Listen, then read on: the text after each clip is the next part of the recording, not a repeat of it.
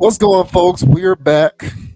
JV Wins Dogon SS, September the 9th, here for another edition of Conscious Approach on YouTube. Major shouts out to everybody who's been following along with us, subscribing to the channel. We certainly appreciate the support as we continue to rock and roll.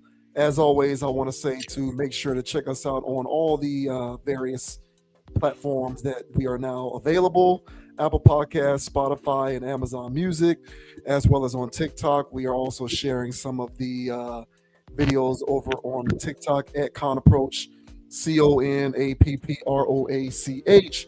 So if you happen to be more active on TikTok or just fancy yourself being on TikTok a lot, we're also over there as well, so you can engage us on those fronts as well.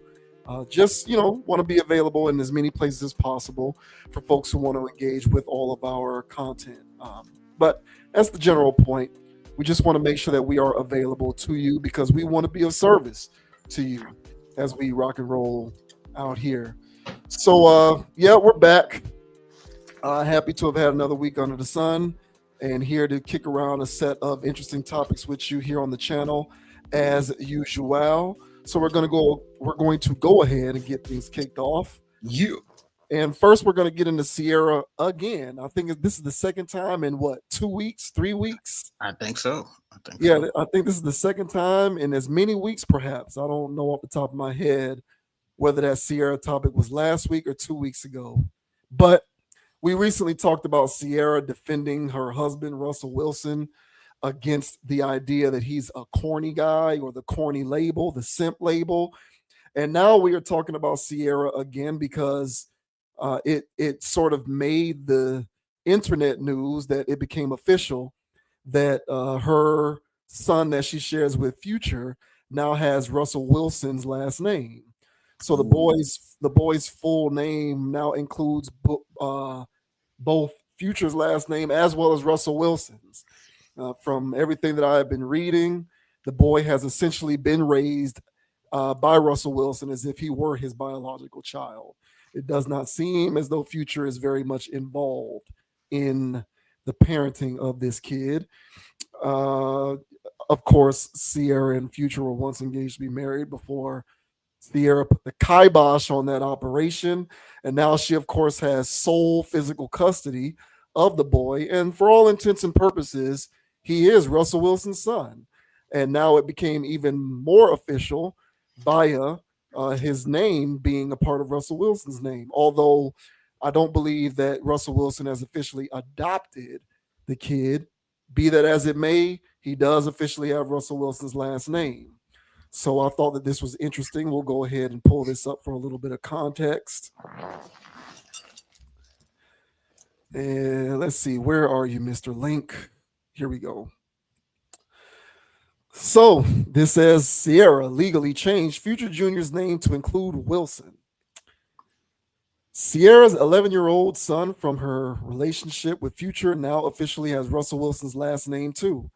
As reported by TMZ, sources close to Ciara and Russell confirmed that a few years ago, the singer-songwriter added Wilson to the name of Future Zaire, aka Future Jr. That means that Future Sr.'s last name, Wilburn, is still a part of his legal name.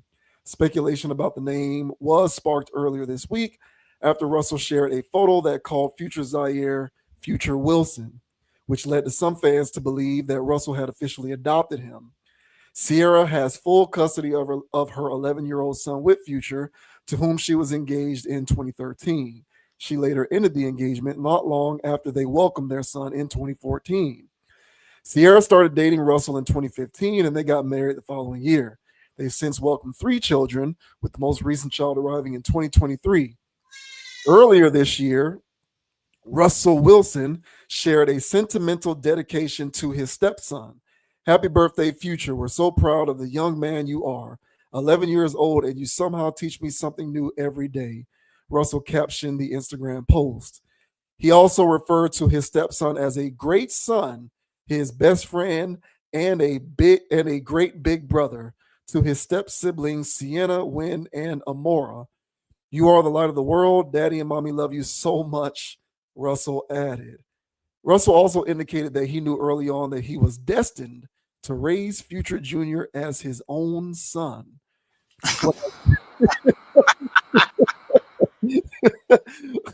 When I walked in the room and I saw, little Future, he's 9 months at the time or whatever, he crawls in my lap and it was like, this is going to be my responsibility, he said on the I Am Athlete podcast.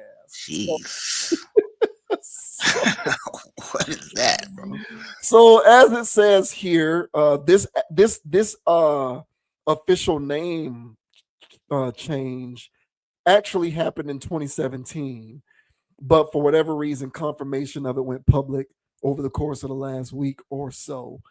So what do you think about this entire, addendum to the ongoing saga surrounding this particular family, and Russell Wilson being so giddy and glee about Future's son having his last name? I mean, honestly, bro, that might have been a Freudian slip, bro, because this is a Ciara, right? they're probably going to start calling this situation something similar to that. I'm going to be honest with you, man. Since this happened back in 2017, this is indeed old news from the concept that, well, they've been living like this. Now, of course, when the internet gets their greasy palms on things, they definitely have to make things more of a spectacle. And here we are now where the discourse is underway. I'm pretty sure there's going to be more simp labels flying out at Russ. And honestly, bro, he's not helping the allegations when he makes statements saying that he felt like he was destined to be this guy. I mean, like, I guess there's a part of you that feels that way, but come on, brother, come out loud and say that. It's a little different. I'd say that.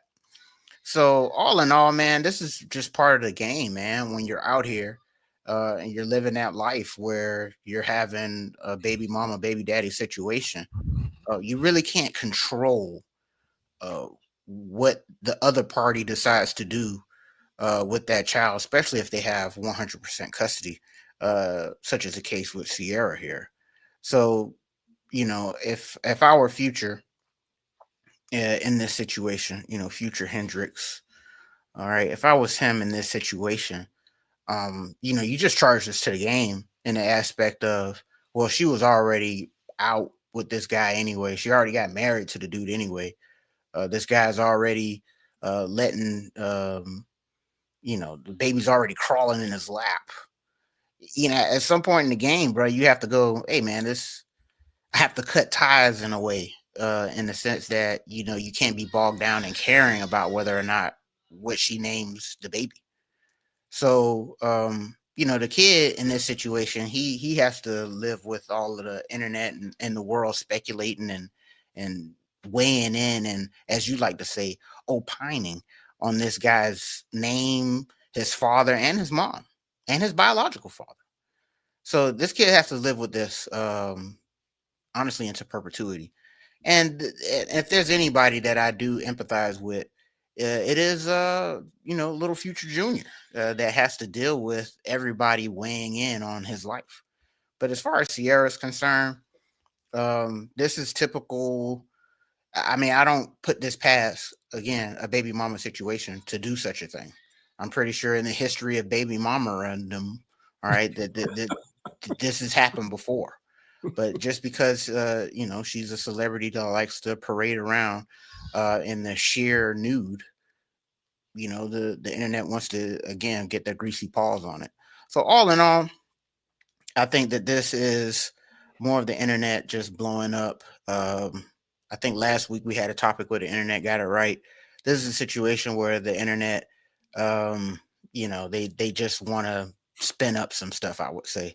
But if anybody I feel empathy for is Future Jr. But what are your thoughts, man, on Ciara running around here renaming, okay, their son with Future to include the name Wilson?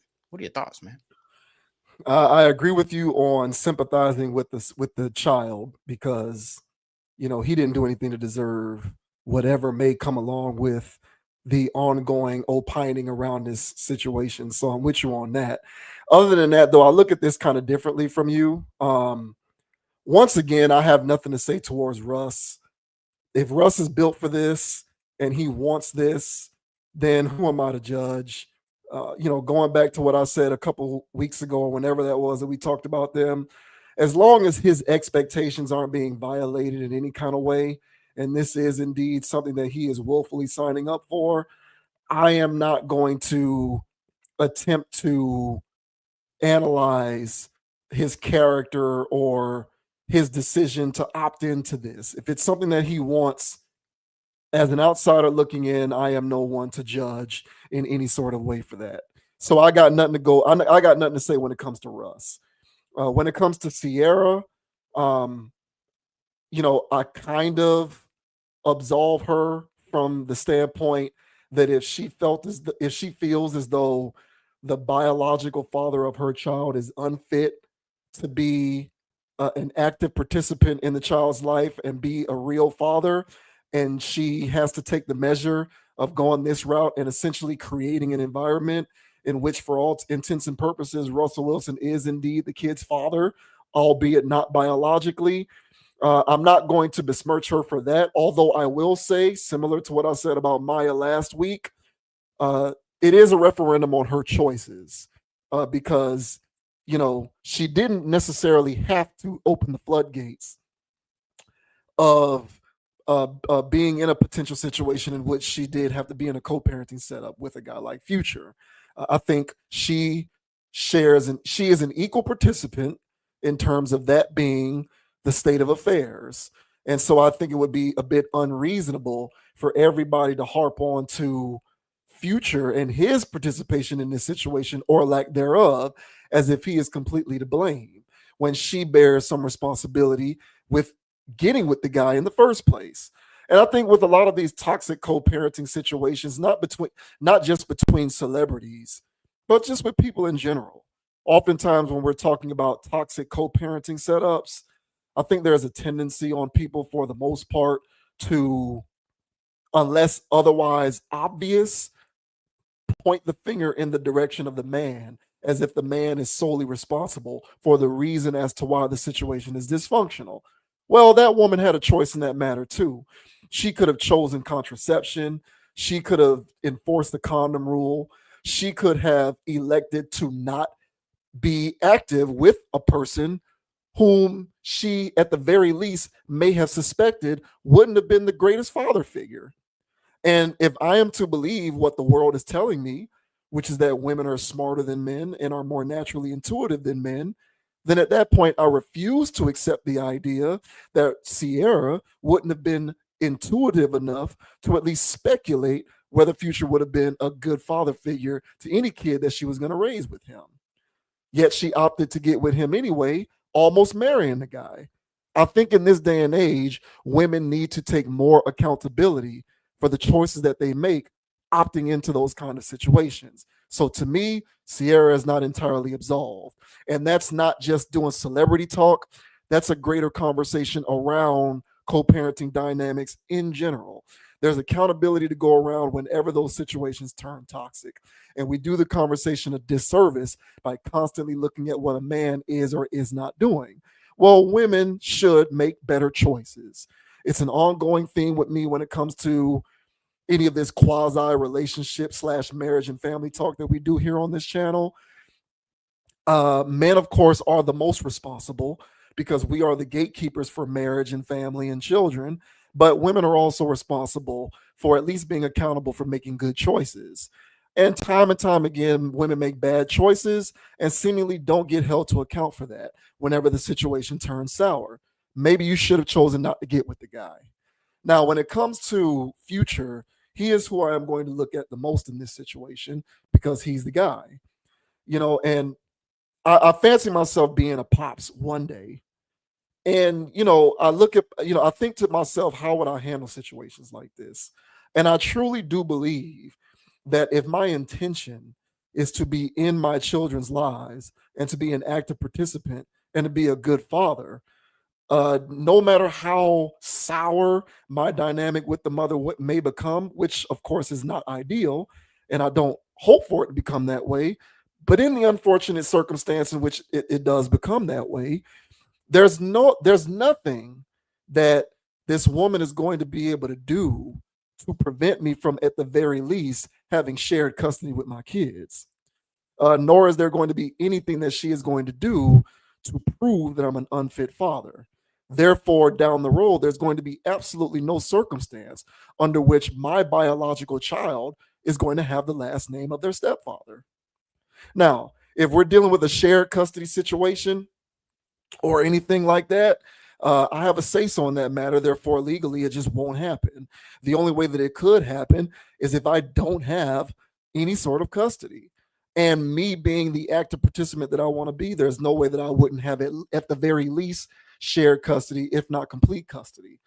So I kind of feel like the reason why this was even allowed to happen in the first place is because Mr. Future doesn't seem to be too overly concerned with being as much of an active participant as he possibly could be. Otherwise, how could it progress to the point in which it got here? And so, moreover, I say all of that to say that, when it comes to American values with respect to like family and children and all of that good stuff, I just think we're cooked. Quite frankly, I think as a society we're cooked.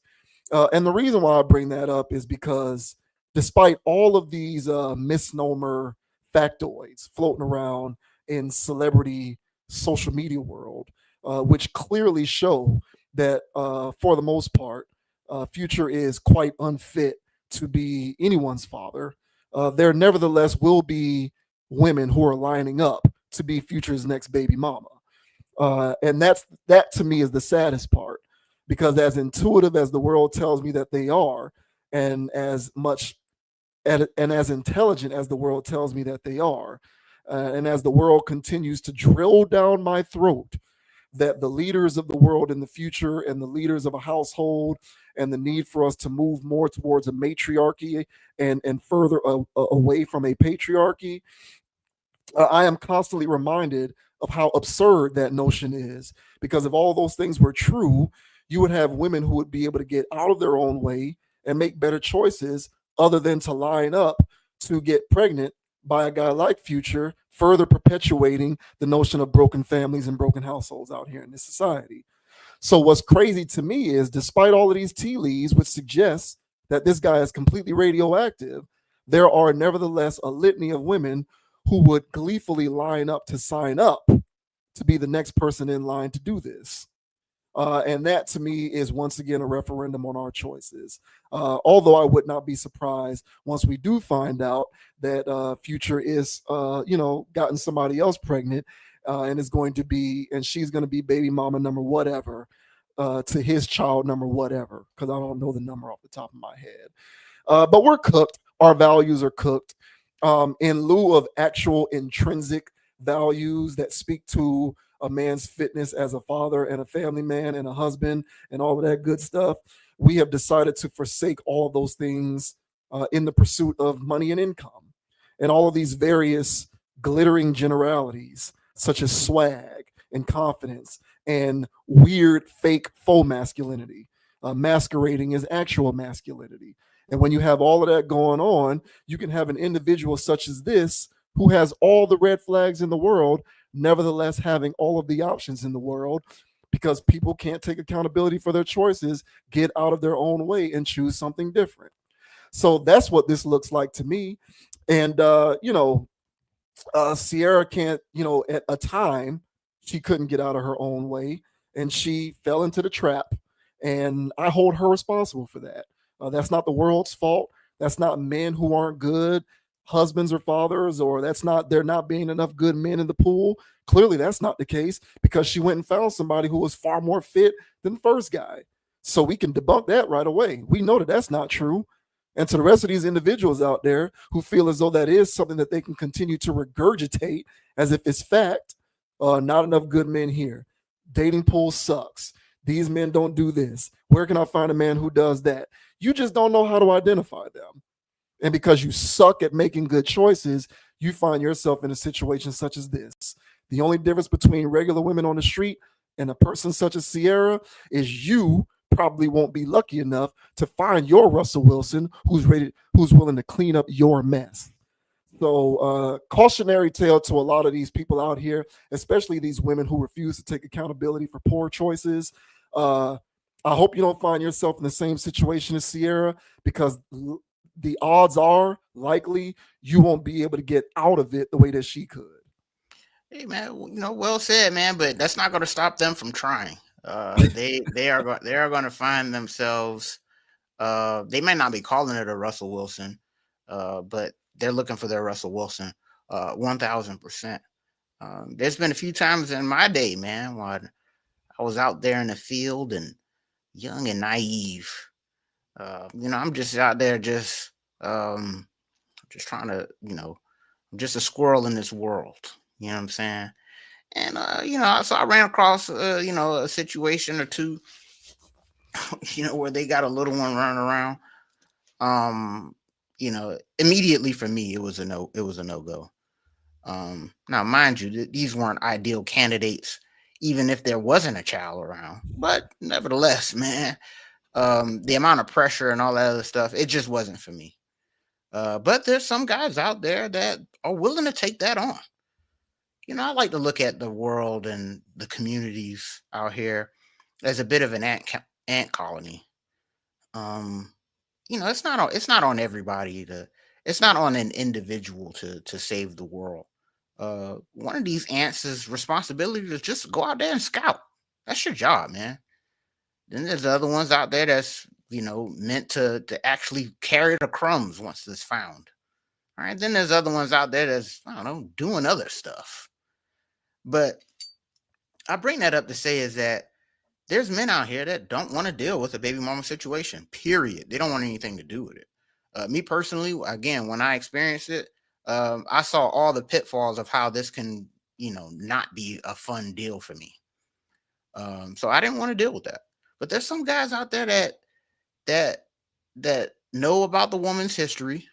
They see the child, they see in some context the knucklehead or whatever. Then they see the baby mama, baby daddy dynamics, and they still sign up. Kudos to those guys, man. That's not my job. My job is to scout and just look at it and go, nope, that's not for me. And then there's other ones out there that's like, hey man, I'll carry those crumbs. I'll carry that. And more power to those guys, because honestly, without those guys, the community could fall. Because not everybody makes the right decision the first time. People mess up, man. People make mistakes, and that's okay. Sometimes people get fooled. Not in the context of Ciara and Future, I'm saying, but regular everyday people. Because for Ciara and Future, this was a label thing. This was a publicity stunt initially that got carried away. And Future doesn't give a damn. He'll impregnate anybody, as we know. So why not get an R&B chick pregnant? Exactly. So their context doesn't necessarily mesh with the everyday average person. But the everyday average person that is out here, they make mistakes, man. Some people get fooled. I got fooled out here when I was out here dating and all this other stuff. Some people completely pull the wool over my eyes.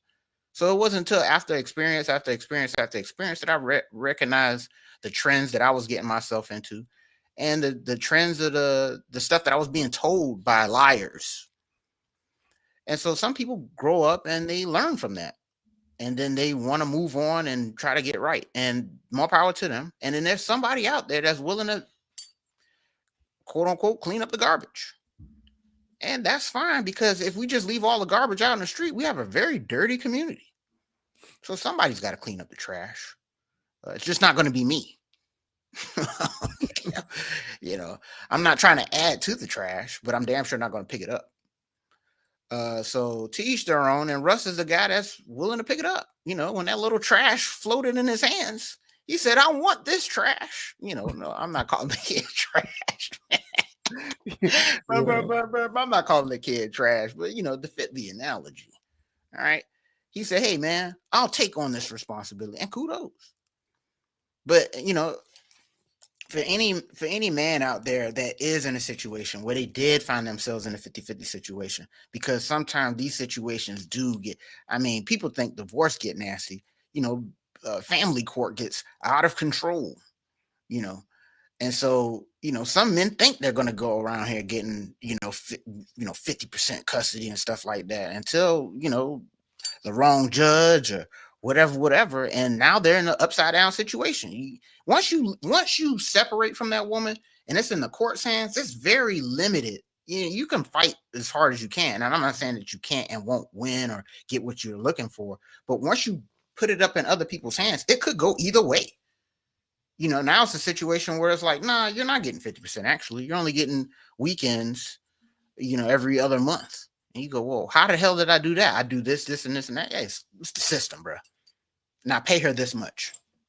You know what I'm saying? So some people are in that situation and they really do care about their kids. And then they come around and then now some other guy's name is on them or something weird is going on, you know, and that guy can't do anything about that per se. So all in all, there has to be a level of separation or a level of understanding from the guy, you know, in the context of, hey, you know, my kid has got this other name or my baby mama's doing it. Like there has to be some settling in with reality of, hey man, once we broke up, things are subject to change. It most likely will not go in my favor. And so there has to be a level of charging that so it doesn't charge you. So you have to release. And honestly, children are a situation where they're here to test you in the sense of letting go. There's a large amount of people's ego that children call into question. And the higher your ego is, the more damage you can do to your child. So a child is also there as a reflection of releasing of your ego, releasing of that sense of ownership that you have over another human being, you know, and everybody can attest to this themselves because they've got parents and there's nothing that their parents can do that can actually control them as much as, you know, dictatorship and all this other stuff that they do and rules, beatings, whoopings, standing in the corner, punishment, you name it. They could not control you. So as a parent, you can't control the child either or what the baby mama decides to do.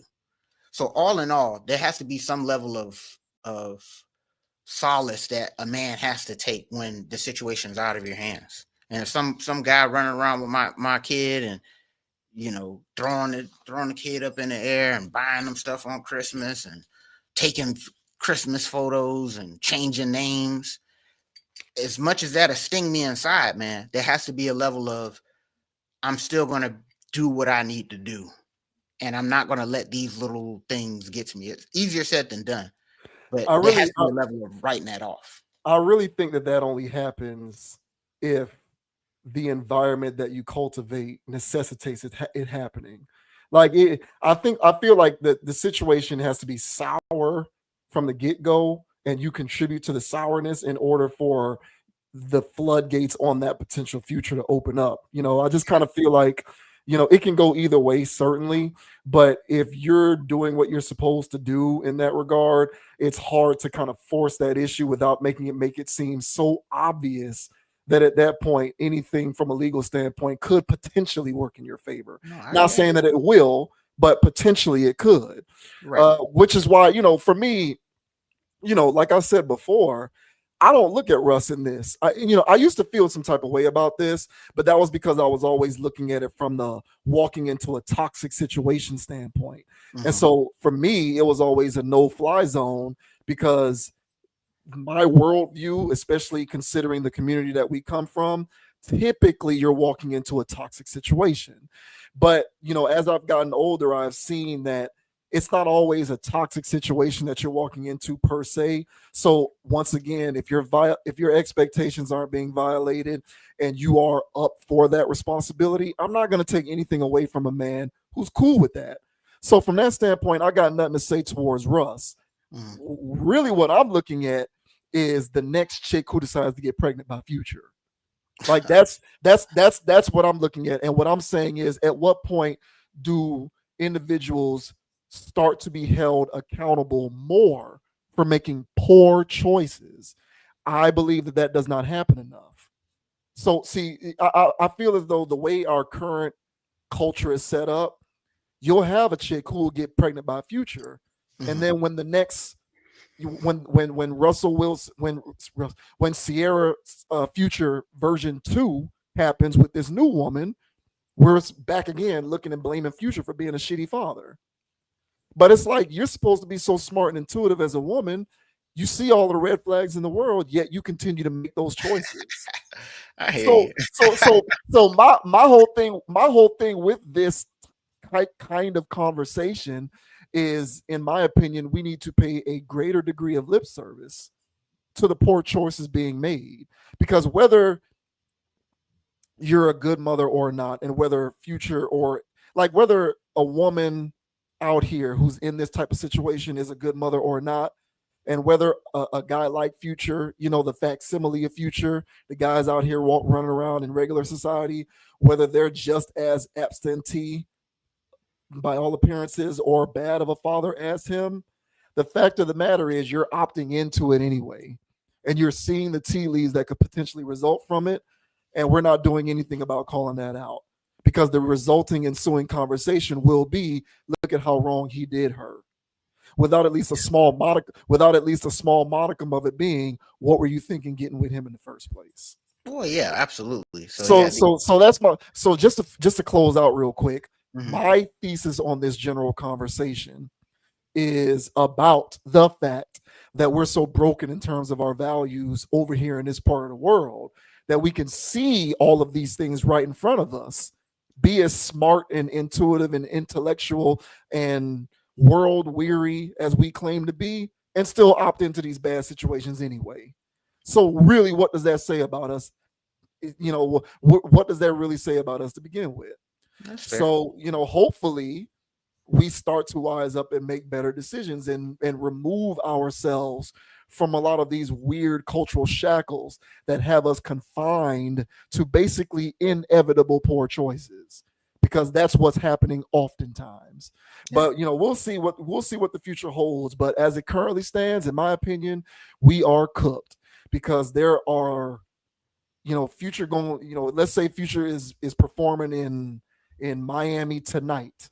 There are going to be dozens, if not in the triple digits, of women who are willing to That's sign right. up to be the next Future. That's and, right. and, and that to me is crazy. Nah, That to man. me, that's and the reason why that's crazy is because those will be the same women on their own Instagrams and Facebooks and TikToks and Twitters, complaining about the bad men in the world that they have to choose from. The same women. They'll be the same ones.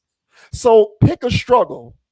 Either you want to get with Future, or you're trying to do right by yourself, but you're finding it a hard time to find it. It can't be both. But that's what people like to do nowadays: have their cake and eat it too. Yeah, hey man, fair points. And everything that you said as far as the value system and all of these other things that actually are encouraging this type of behavior or thought patterns that actually make them want to fawn over a faux masculine man. Well said, bro. Because yeah, that's what's going on, and it's high levels of indoctrination.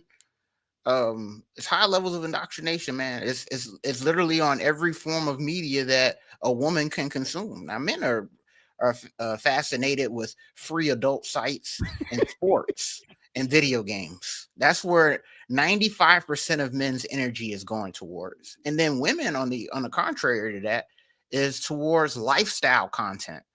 um, for better or for worse.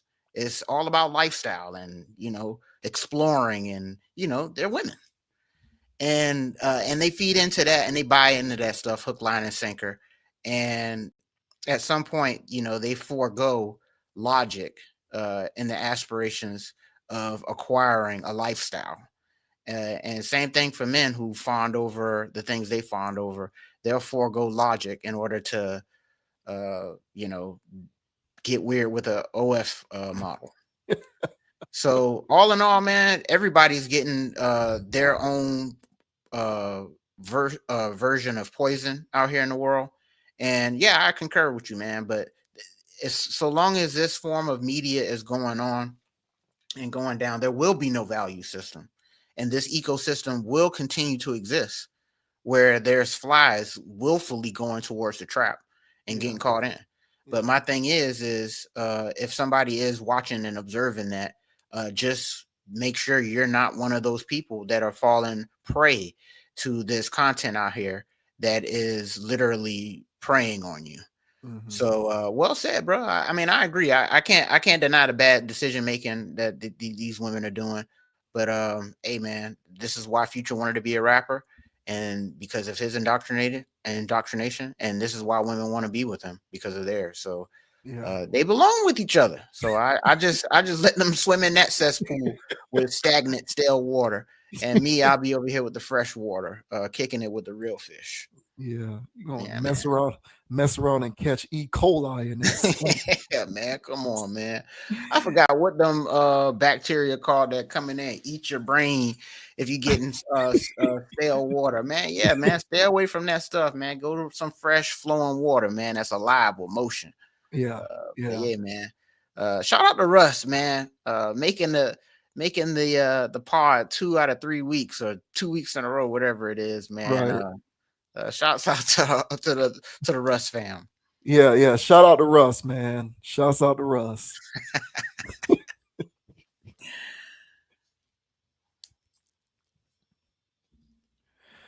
And now we move on to Charleston White running off of the campus of an HBCU. This has gone viral. Charleston White was participating on a panel at HBCU Tougaloo College, which is in Jackson, Mississippi. And he became irate and stormed off for reasons that appear to be unknown based on the video. It kind of just looked like he became perturbed with the direction that the panel was going in. Excuse me. And as he stormed off, he started to kind of, troll everybody who was following him, trying to catch a viral moment with him on camera as he proceeded to say crazy things that are being deemed by most as anti-community. So this says Charleston White's HBCU visit takes dramatic turn as he's chased off campus. Sparking controversy is certainly nothing new for Charleston White, and recently he did just that during a visit to an HBCU. Reportedly, he stopped by Tougaloo College in Jackson, Mississippi to take part in a debate in front of students when things took a heated turn. In a clip shared by the Neighborhood Talk, he's seen making some negative comments about the Black community before storming out of the room.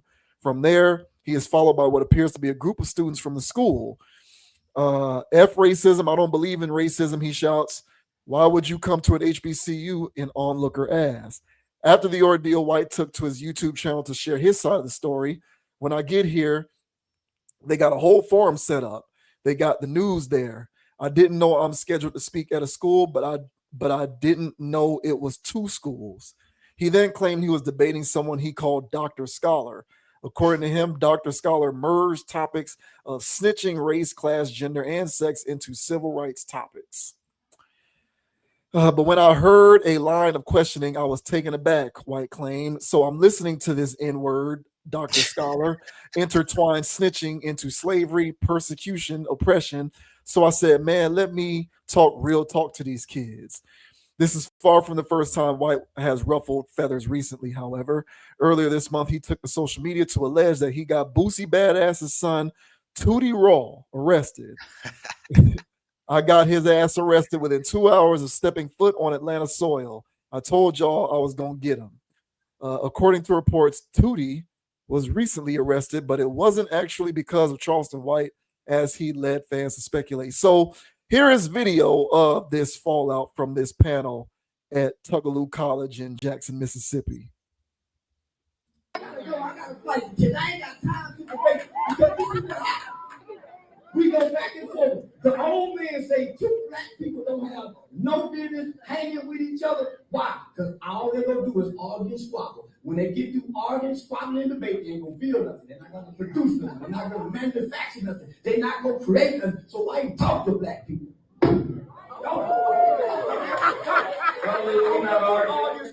We're not arguing, Mr. White. We need plans. We need resources. And that's what we need alternatives. We're not coming with alternative debate. Let's go.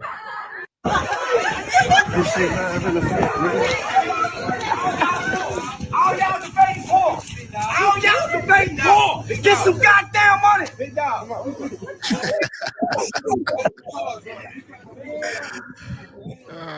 Debate.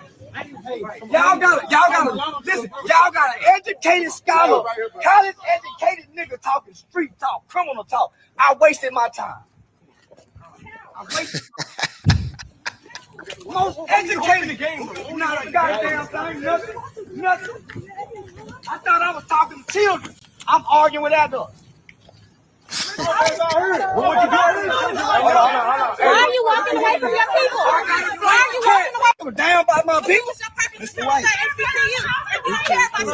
The white fuck my people. I don't give a damn about my people. You right there, bro. You right here. Charles. They wasted my time bringing me here. They wasted my motherfucking time. Fucking with me about my people. Y'all don't even care about y'all people. Go talk to your grandmama then.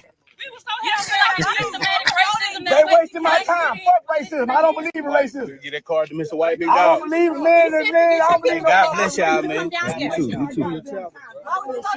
Man, I don't give a damn about no HBCU. I went to a white school. And you're now at an HBCU. I don't give a fuck about an HBCU. Well, why are you here? Because they brought me here by mistake. Hey, bro. I didn't know I was coming. You didn't have to come I didn't know I was coming. I didn't know I was coming to this. But you still came. Damn, Let's go. Let's go. Yeah. You over here, bro? Jeez, it took them that long to get the door open. What the heck going on? What kind of shoddy operation are they running over there in the Charleston White camp? I don't know, man. So, what do you think is going on here? What do you make of him storming off of this campus like this? Charleston White is he's an interesting character. To me, I wait until I hear what's going on, and to me, at the very end there, he kind of, if he was telling the truth, he pretty much explained why he didn't want to be there. It's because he thought he was going somewhere else. He thought, I'm pretty sure on his way there, while he was, shout out to Mississippi, man. But after he passed the burning cross over here and a sundown town sign over there, and he was like, hey, what part of Mississippi are y'all taking me to? All right. And then he was like, oh, you going to Tougaloo? Shout out to them, man. I ain't trying to make fun, but it's just a situation where he was like, oh, this is where I was going, man. I didn't know I was going to be here. So he probably had a short fuse anyway. But his central argument in the situation where he came there and he may have thought he was just going to be doing a regular speaking engagement or a regular Q&A type situation, or he's going to be sitting there doing Charleston White things in front of college students. He was actually trying to be showed up by Dr. Scholar.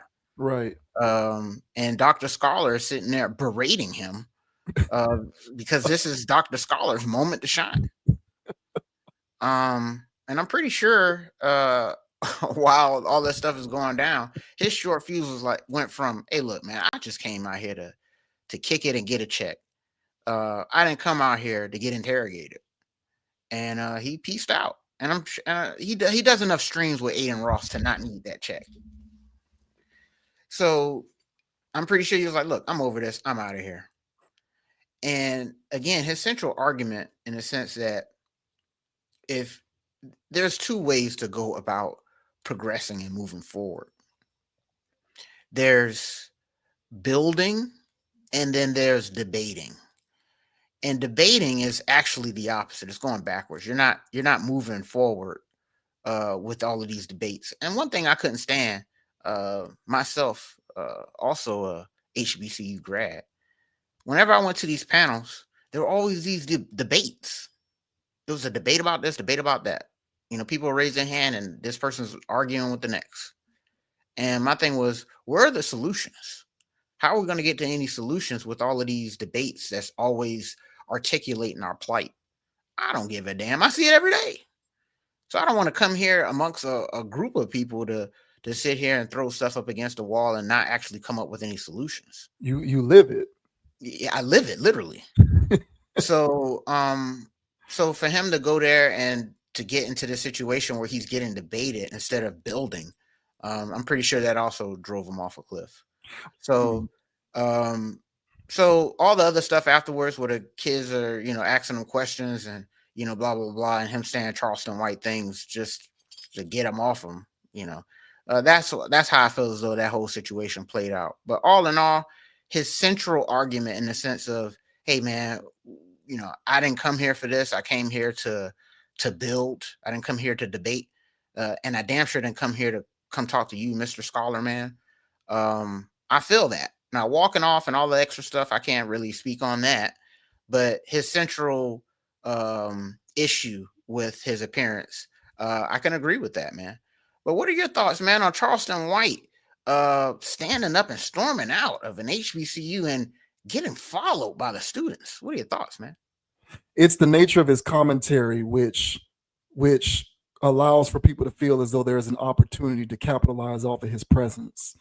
I think the interesting thing is, if Charleston White was delivering the typical commentary that I would say a lot of people from the community like to hear, which is, the debate variety that you just spoke of, as in, woe is us, woe is you, woe is your circumstance. Your reality is solely because of, systemic racism. You've been done dirty. You've been victimized, so on and so forth. If Charleston White's commentary was consistent with that thread, people wouldn't opportunistically try to capitalize off of his presence in that way, because there'd be nothing to capitalize, because they know they couldn't bounce the more accepted conventional wisdom against his more radical ideas, because he'd be right in line with everybody else. So I get that for sure. And these days, I'm not an HBCU grad, although I did spend a lot of time on HBCU campuses, yours in particular. One thing that HBCUs and traditional colleges and universities do have in common is that there is a typical rhetoric that is being reinforced in institutions of higher learning, which is consistent with the idea that the power structure is holding you back and victimizing you. Now, if you're a Black person, the idea is the power structure is holding you back and victimizing you via, instituting shackles of racism upon you.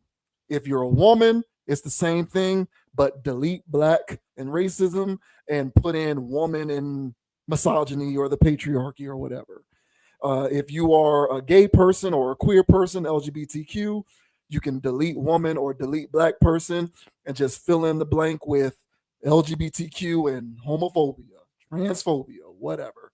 The fact of the matter is, in institutions of higher learning, it is being drilled down the vast majority of the student body that they are consummate, perpetual victims of a power structure that is always going to hold them back.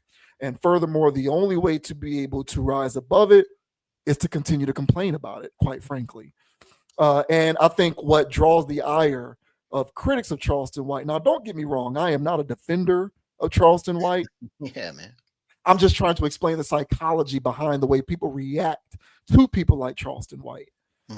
And I think what draws the ire of individuals such as Charleston White is he provides an antithesis to that idea. Now, you can agree to disagree with his delivery or some of the specifics or nuance behind his rhetoric, but the fact of the matter is, on the back end, he provides an antithesis to the idea that you are a victim and there's nothing that you can do about it. And I think that when it comes to college campuses these days, there's a spirit of constantly talking about and wallowing in victimhood that perpetuates that entire environment. And so individuals who are contrary to that are often met with aggression. Mhm. So this doctor, what's this guy's name? Dr. Scholar? Yeah. This Dr. Scholar person looked at this opportunistically as an opportunity to capitalize. So I definitely see a scenario in which White thought that he was going somewhere to just kind of be a guest speaker or a keynote guy. Mhm. But it got ramrodded and turned into a debate to expose him as a sellout or whatever. Correct. Yes. Right. And so he probably didn't appreciate that for the sole fact that he wasn't prepared for it. And, you know, him walking off and storming off at that point, he was just playing up to his character. But I do believe that this is in a roundabout way having to do with a lot of the type of commentary that is allowed a platform on, I would say, the majority of college campuses in the modern day. There are probably some exceptions, but for the most part, these institutions of higher learning have become a hotbed for progressive thinking. But progressive thinking is just disguised as complaining about being a victim. So, you know, if you're somebody who speaks to the antithesis of that, be prepared for what you might get into when you're invited to be a part of a college campus in any kind of way, because that might be the reception that you're looking for, or rather, that might be the reception that you're in for. Yeah, and I agree, man. And I would say that when I will go to certain either lectures or panel discussions, you know, after hours, you know, just going back to campus at 6:30 p.m. because there's going to be a panel discussion. I used to love panel discussions, man. You know, because I would like to opine up in there. You know what I'm saying? So, you know, going to those things frequently, you know, I didn't have a problem if somebody was breaking down things historically, you know, basically getting a lesson. Like if I got a lesson in something, like, okay, yeah, well, I didn't know that about XYZ. I don't have a problem with that. There's ways about talking, because in order to move forward, you do have to know where you're at. So speaking on some of these things, I didn't have a problem with. You know, it's when it's the entire culture of the discussion. There is no building at all. That's when I would start to get frustrated. That's when I would raise my hand and say something to actually steer the conversation towards building. And so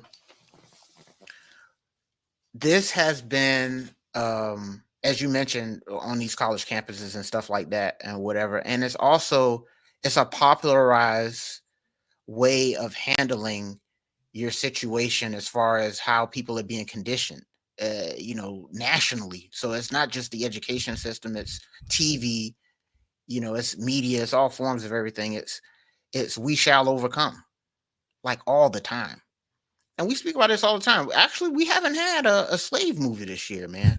I think they're transitioning over to stuff like what's that movie with the vampires in it and the black people? Sinners. Yeah, I think they're transitioning to stuff like that, where it's still centered around racism and all this other stuff, but it's not exactly slavery. And so I think they're shifting gears and moving towards more stuff like that. Have you seen that movie? No, I haven't seen it yet. It's essentially an allegory for all those it's the same thing. So yeah, I would assume. Yeah. You know what I'm saying? It felt that way. It is. Because I tried watching it, bro. Side note, I tried watching it. We didn't make it through the first 30 seconds. I was like, no deal. We're not finishing this. Okay. So yeah, so you know, stuff like that. So they've transitioned over, and it's still that we shall overcome energy, that oh, how strong we are for all of these years and all this other stuff. It's like, okay, yeah, when are we going to start building rockets? You know, none of those conversations, none of those movies still. And so there's this way of thought that not every person in the community thinks like, but a large chunk of it, where they are in this state of perpetual victimhood that I personally I can't stand it, to be honest. And so, as you mentioned, Charleston, he speaks from a perspective that is very different, in the sense that he's attacking, like his comment of, you don't even care about your own people. I knew what he meant when he said that. Mm-hmm. And then he said, go talk to your grandma. And I started laughing because it's like, yeah, it starts there. It starts with connecting with your own family. Why don't you do that enough? Are you only hitting her up when you need money? So stuff like that, where his perspective is different and he challenges things.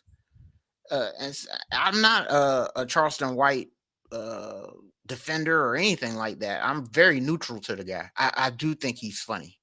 I do think his brand of antagonizing people is funny. Kind of like a Umar Johnson. It's a funny internet shtick, and that's how I treat it. I lump him into the category of being an entertainer. Yeah, Umar's an entertainer. So these guys are out here just entertaining, and Charleston doesn't per se grift people like Umar does. He just does it for the clicks and views, and he does it for the checks. So, but yeah, playing characters, playing roles, boondocksian humans. And so, all in all, I would say that, yeah, man, I think that as a people, we do need to look at things a little bit differently. Get out of the culture of debating. If it's a debate to build, because if it's a debate to build because one person has an idea of building and another person has another idea of building and they debate about that, I don't have an issue with that. But sitting there debating on whatever, the last thing I say, because I used to also be a member of the conscious community on the internet. And once I realized how that was co-opted and being run by agents of chaos, is when I saw that the only time they would link up is not to build, it's to debate each other on faux facts, faux science. They're just making up stuff. And they're just debating about who made up what and, all this other stuff. And I was like, you know what? Y'all just a distraction too. So all in all, and this ties into the point I was making last week of gathering information that is useful and filtering out the BS. And so, yeah, man, there's a lot of people out here that are in the business. It's not like a church, but it's kind of like a church in the sense that they keep you coming back for more by playing the heart, pulling on your heartstrings with all this victimhood stuff, and then you just come back and come back and come back for more. I think it's an addictive drug. Honestly, it is.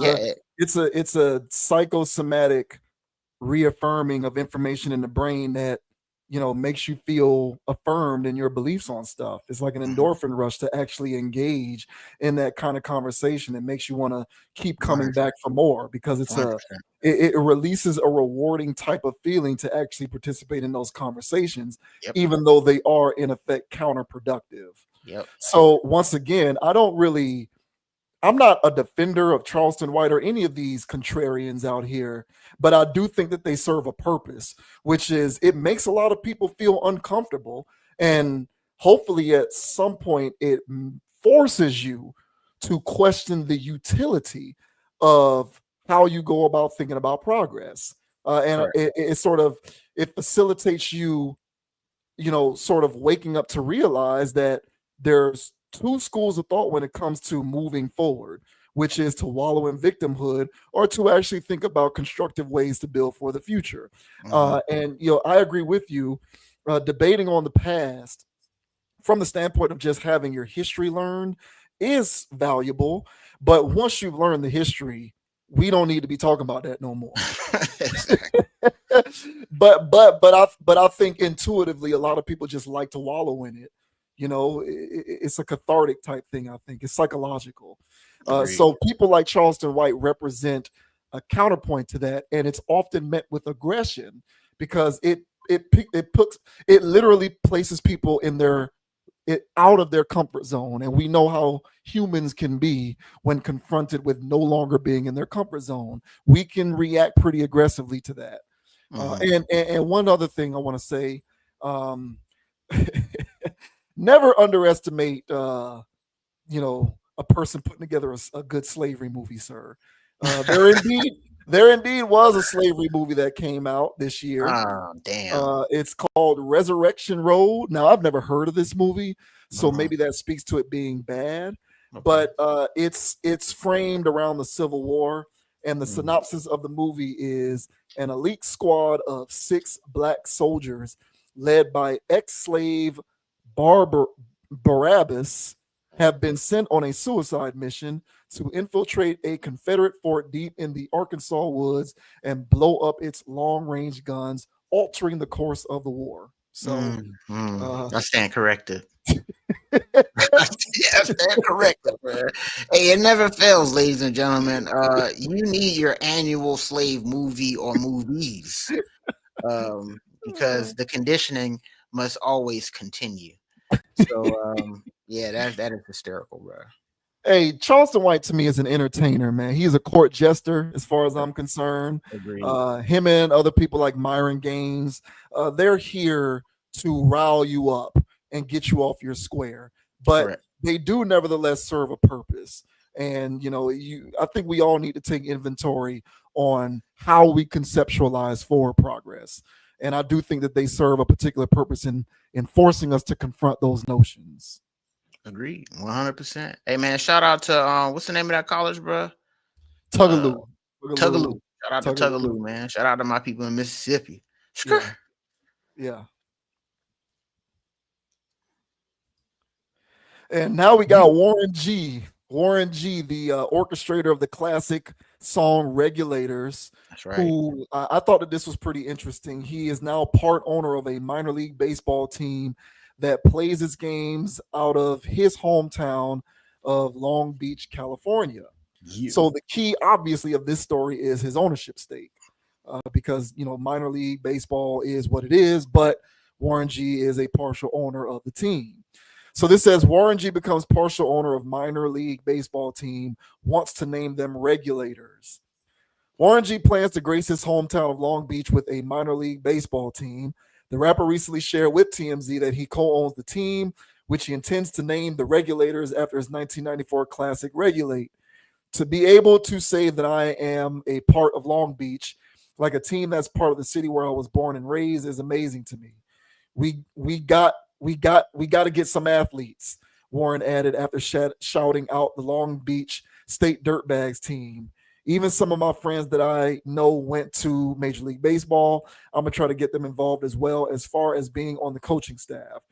Among one of those friends is retired professional baseball player Tony Gwynn Jr., who last played for the Philadelphia Phillies before ending his career in 2014. Warren said that the idea was spawned by a friend and his team's co-founder, Gary Reeves, who's also involved with baseball team Oakland Ballers. The rapper also reflected on his short stint in baseball, saying that he was initially boo-boo at the sport before accomplishing his first home run. The team will be another rapper-established Long Beach team, as his childhood friend Snoop Dogg has his own youth football league, which fellow LBC native Vince Staples once played for. So, I don't know. I thought that this was kind of interesting. I wanted to get your thoughts on Warren G being the partial owner of this team. Didn't do any research to see who are the other stakeholders involved, but I would imagine he has some substantial influence if he has the ability to get the team named after one of his songs. What do you make of this development with Mr. Warren G and this minor league team from Long Beach? I think it's awesome, man. Did the article say that the team name was Dirtbags? There's another, so that's another team. Yeah, there's who's Warren added after shouting out the Long Beach State Dirtbags team. So that sounds like a state college or a community college or something like that. Yeah, I mean, if there's people out here named Dirtbags, you damn sure can have the name Regulators, and I'm here for it. I'm here for it.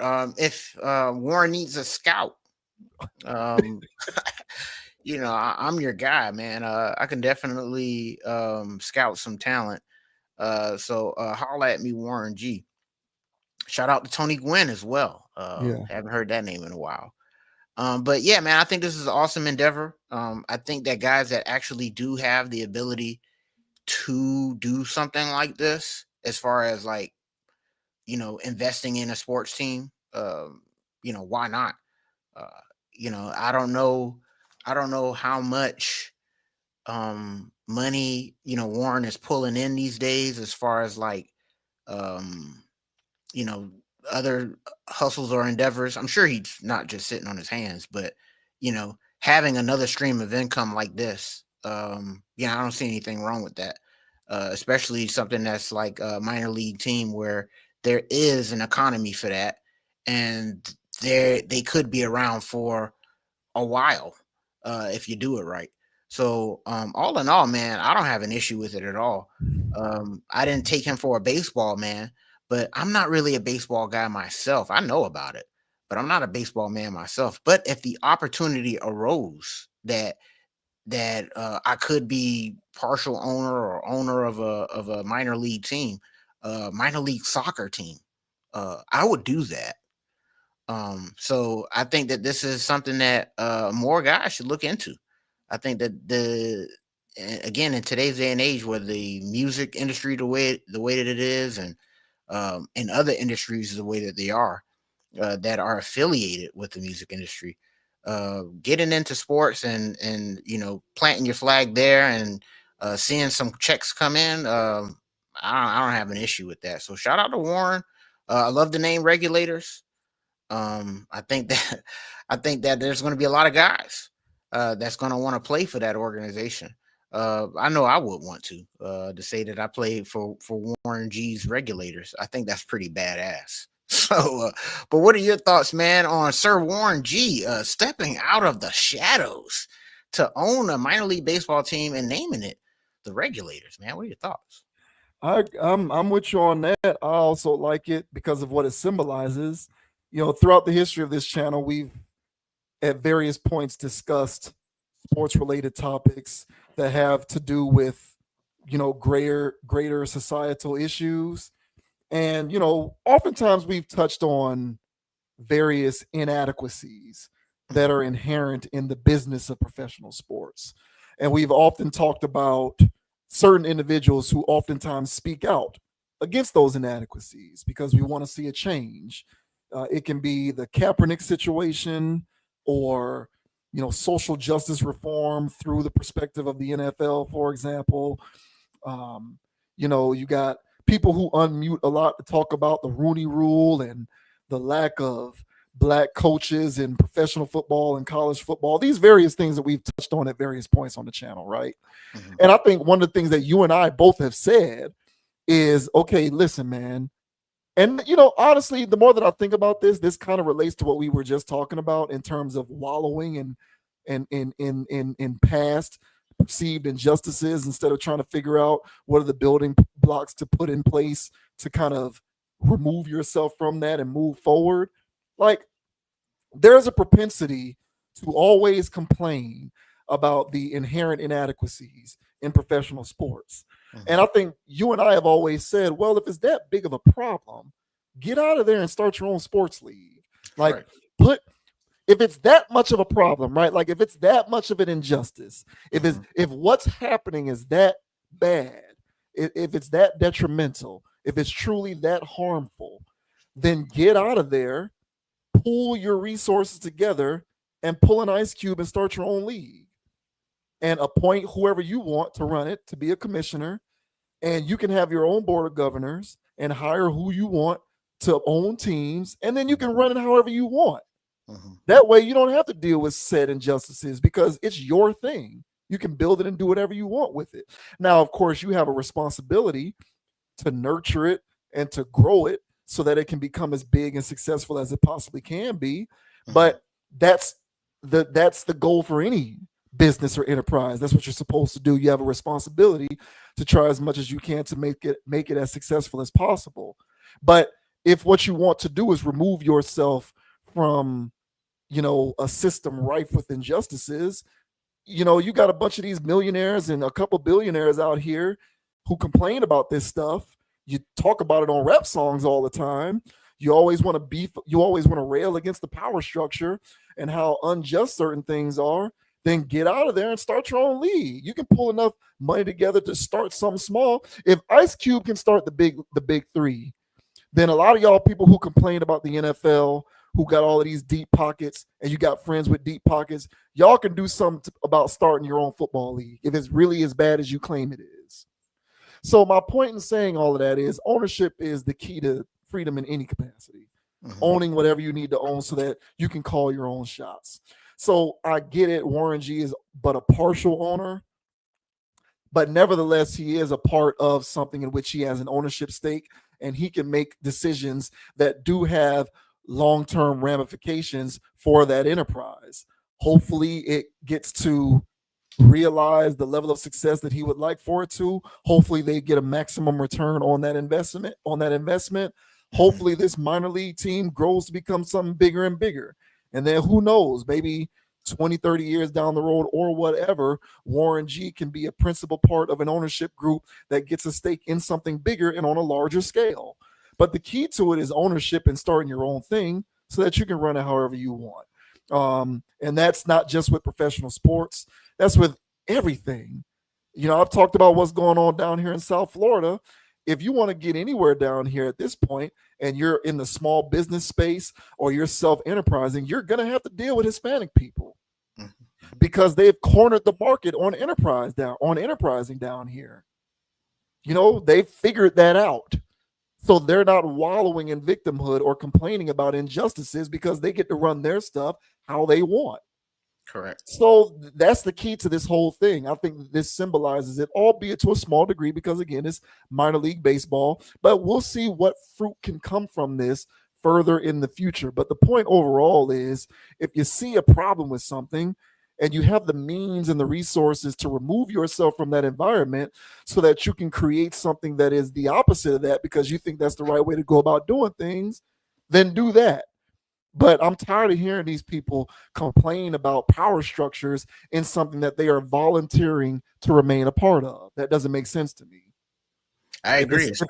If it's that big of an issue, get out of there. But if you continue to stay there because you see how beneficial it is, shut up and continue to get with the program. But shouts out to Warren G, and I wish him all the best of luck with this team. Yeah, I mean, I agree, especially like you said, if you have the means to do so. You know, there's when I was working at Walmart, I complained every damn day, and there was really nothing I could do about it. It was really nothing I could. All right. So yeah, man, I hear that. Point well taken, and yeah, way to galaxy brain that in the aspect of, you know, this is a microcosm of getting involved in something that can actually change the community and the community he's from.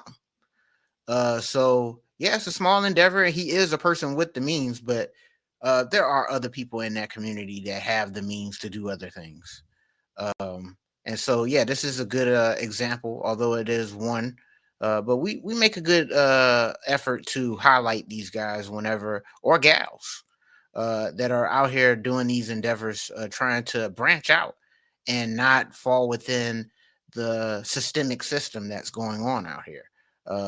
By bucking the system and actually putting something into the game to actually look out for your own later on. I think those are very noble things. So, you know, Warren has always been a guy that's been laid back in the cut, not bothering anybody. There's all kinds of West Coast drama going on. His name never comes up.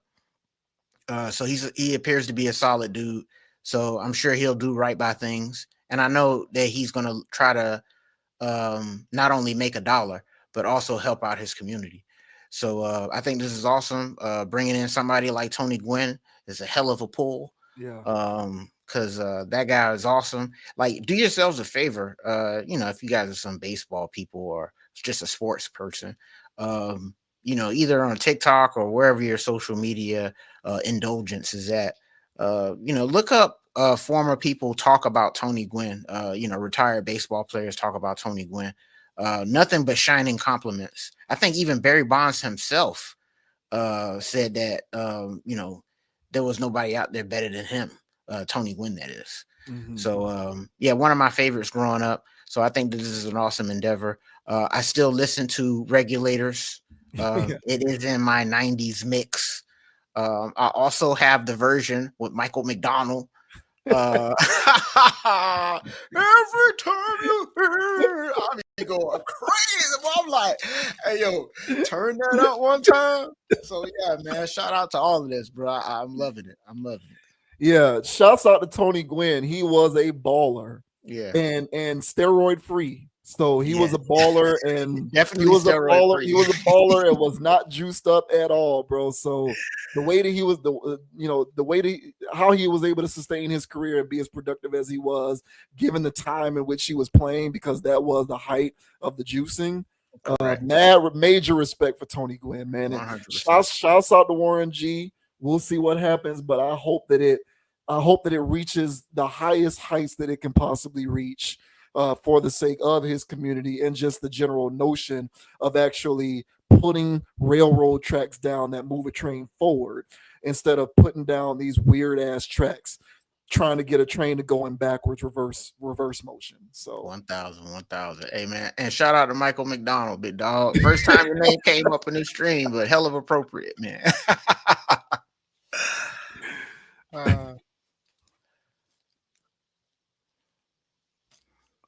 So your boy.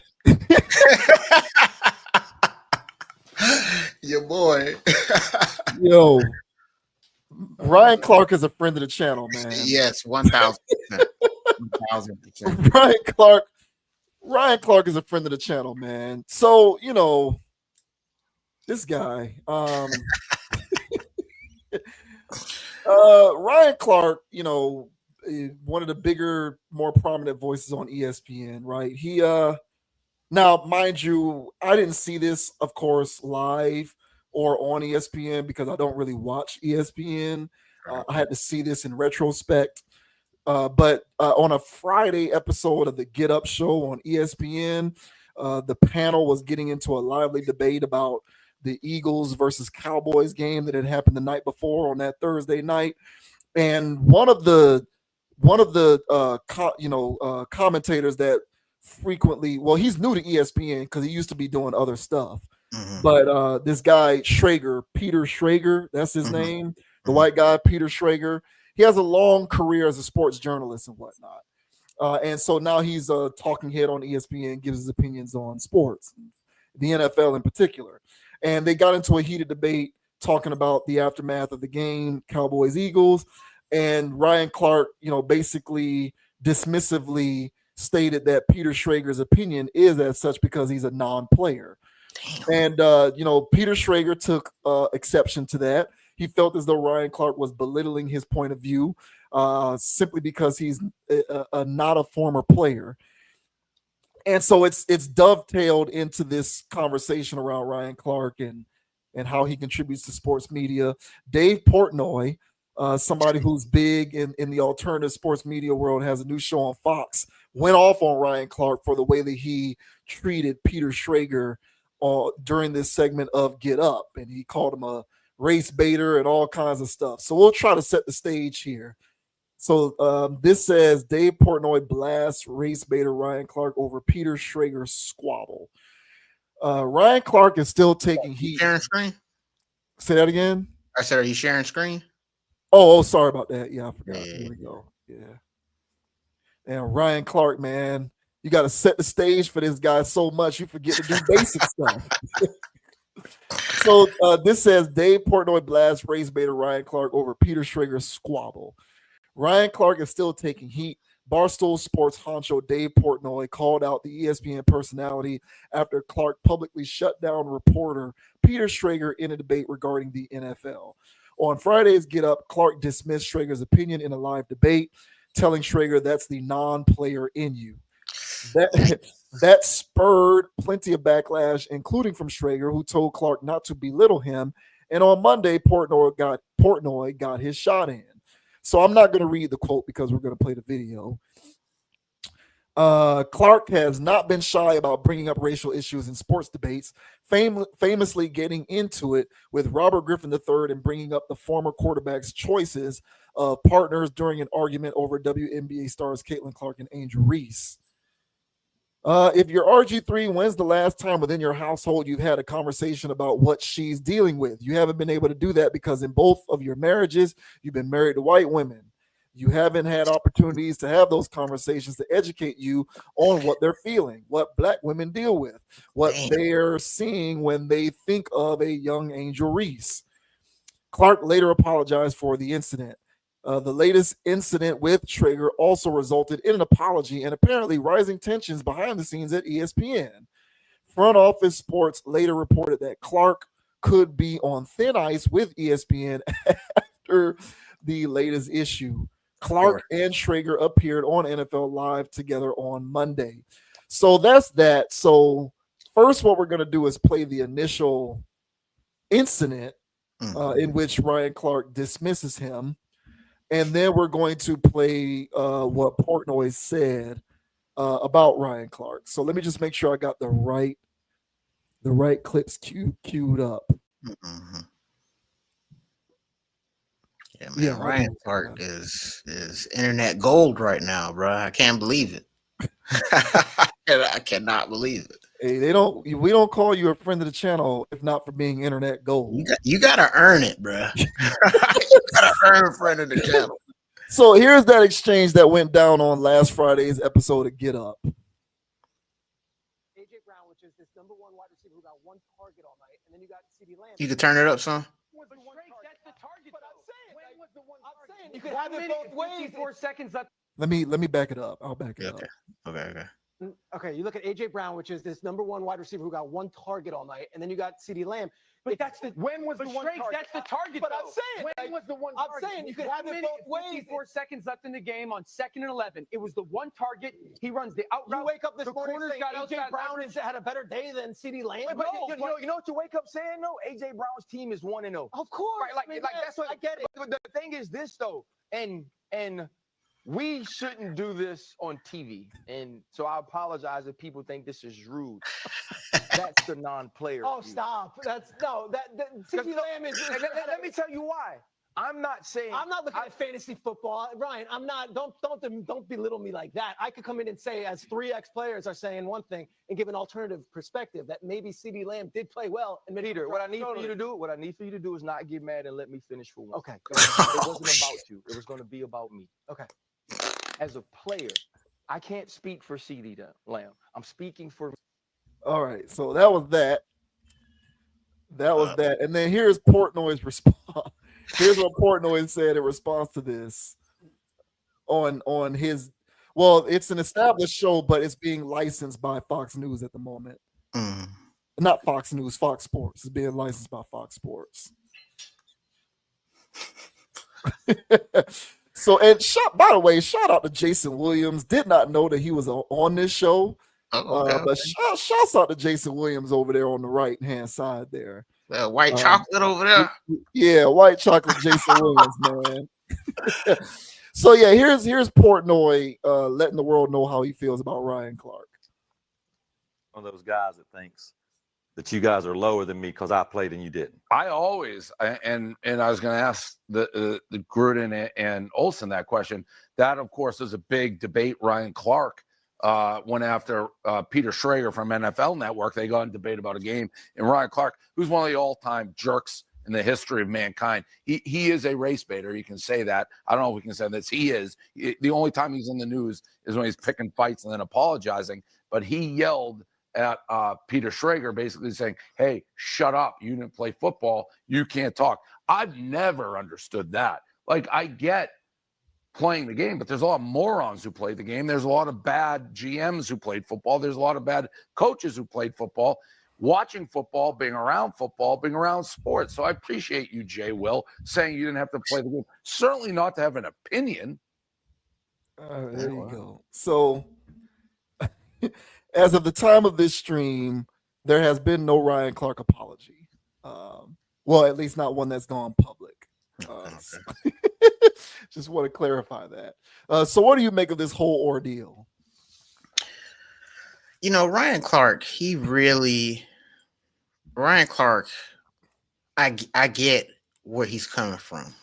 I know exactly what he's on. I know exactly what he's up to. as a person. With that being said, if I noticed that, I'm sure a lot of other people have noticed what his agenda is on air.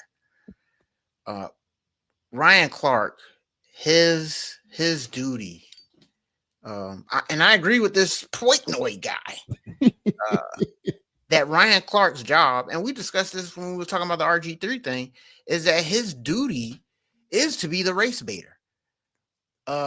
His duty is to cape for black quarterbacks, no matter what. I'm sitting there trying to watch. Was it the what game was I watching? Was it the Thursday? Was it? Yeah, I think it was. Because I think they covered the game too. I don't know if it was on ESPN. I don't. No, if it was him, it had to be last night. No, because I don't know where it was, but I thought it was him. I thought it was Ryan Clark, because they were talking about either Jalen Hurts or something like that. But it was, everything was like how intelligent he is, right? Great decision making. Yeah. How smart he is. Did I mention how intelligent he is? And then so it's this thing where he's like, I'm here to flip the narrative. My job is to flip the narrative. Black quarterbacks are always getting this stigma that they can't throw. Lamar Jackson can throw. He's one of the best passers of the ball in the league. He's gonna do that. Which, there needs to be an alternative view on some of these people. But at the same time, with Ryan Clark, it's at any cost. It's at any cost. He's going to plant his flag and defend black athletes. Some people could say, well, what's the problem? What's wrong with that, man? Because there's so many other people tearing us down. Look, I don't have a problem with that being his agenda. My thing is what Ryan Clark is that it's not subtle. It's not subtle. And I feel as though he can do this, but not be so obvious. I really feel like he can do this less obviously. But he clearly feels as though he's the guy that snuck in. He's the guy that snuck in these doors of oppression. And of oppression. And he's here to balance the scales. And he's ready to take on these white men on stage, to put them in their place, to let them know that black people are articulate. Black people, that's his whole angle. And my whole thing is, look, that's cool. But sometimes you got to realize you at work. And Ryan Clark, in that moment, and in other moments, but specifically this one, since we're talking about it, he forgot he was at work. And this Schrager guy, this probably part of the ESPN Disney deal for him to be jumping over from NFL to be sitting on anything. No, he was on there before that. I think he signed over there as a free agent, but he is new over there. He's definitely new.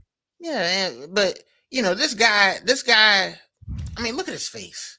I mean, this is how he goes through life. Everything's all smiles and stuff, and nobody has a problem with Schrager. Even if you don't like his takes, you can't sit there and say he don't know ball because he hasn't played. So I'll tackle that part of the argument too, because I'm quite frankly tired of that as well, where, especially NBA players, they're the most to do it. You ain't never played it. You ain't never, blah, blah, blah, so you can't speak on it. It's like, well, why the hell am I watching then? Should I not watch you? Should you not get a check? But I'll get into that later. But all in all, I want my first statement that I wanted to make is that Ryan Clark's agenda is obvious to me. If I was a white man in America trying to just watch sports, I would be fed up to hear with Ryan Clark, because he will forego an honest take in order to promote his agenda. But honestly, it's part of the agenda of ESPN, because he's backed to do this. They know what he's up to. They want him to do it. But sometimes Ryan Clark takes it too far. So I don't know at what point Ryan Clark is going to realize that he's a pawn of ESPN to spew this type of stuff, and you're not actually tricking anybody. So at one point, I don't know where that's going to click to him that you didn't sneak in. They wanted you to do this, and you're driving down sports. Nobody really, sports takes are disgusting when it's always race baited. Sometimes I just want to hear a sports take. And if the quarterback didn't play good that night, if AJ Brown looked a step slow, wasn't getting any separation, that should be called out. But hey, I can go on. Well, what are your thoughts, man, on Ryan Clark? Okay, sunning this Peter Schrager guy, and then getting called out for being a race baiter and being on thin ice. There's a lot going on here with Ryan Clark. What are your thoughts, man? It is. I was going to bring up that point. He's a microcosm of the way ESPN runs its operation.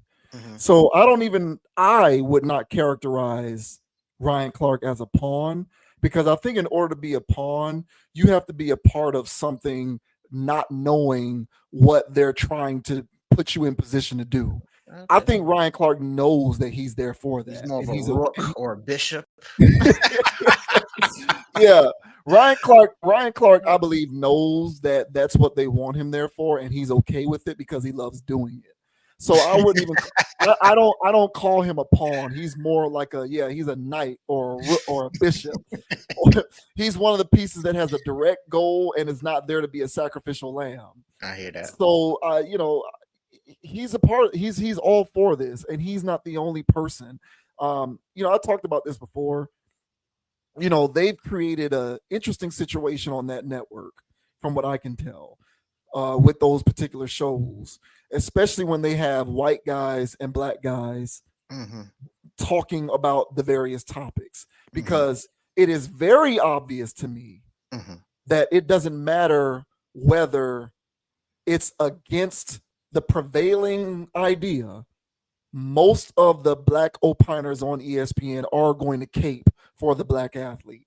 In the vast majority of it has to be something so egregious that there's no way to explain your way around it. Like Jalen Carter. So you can't really defend that because the dude spit on the guy in 4K high def. You can't defend that.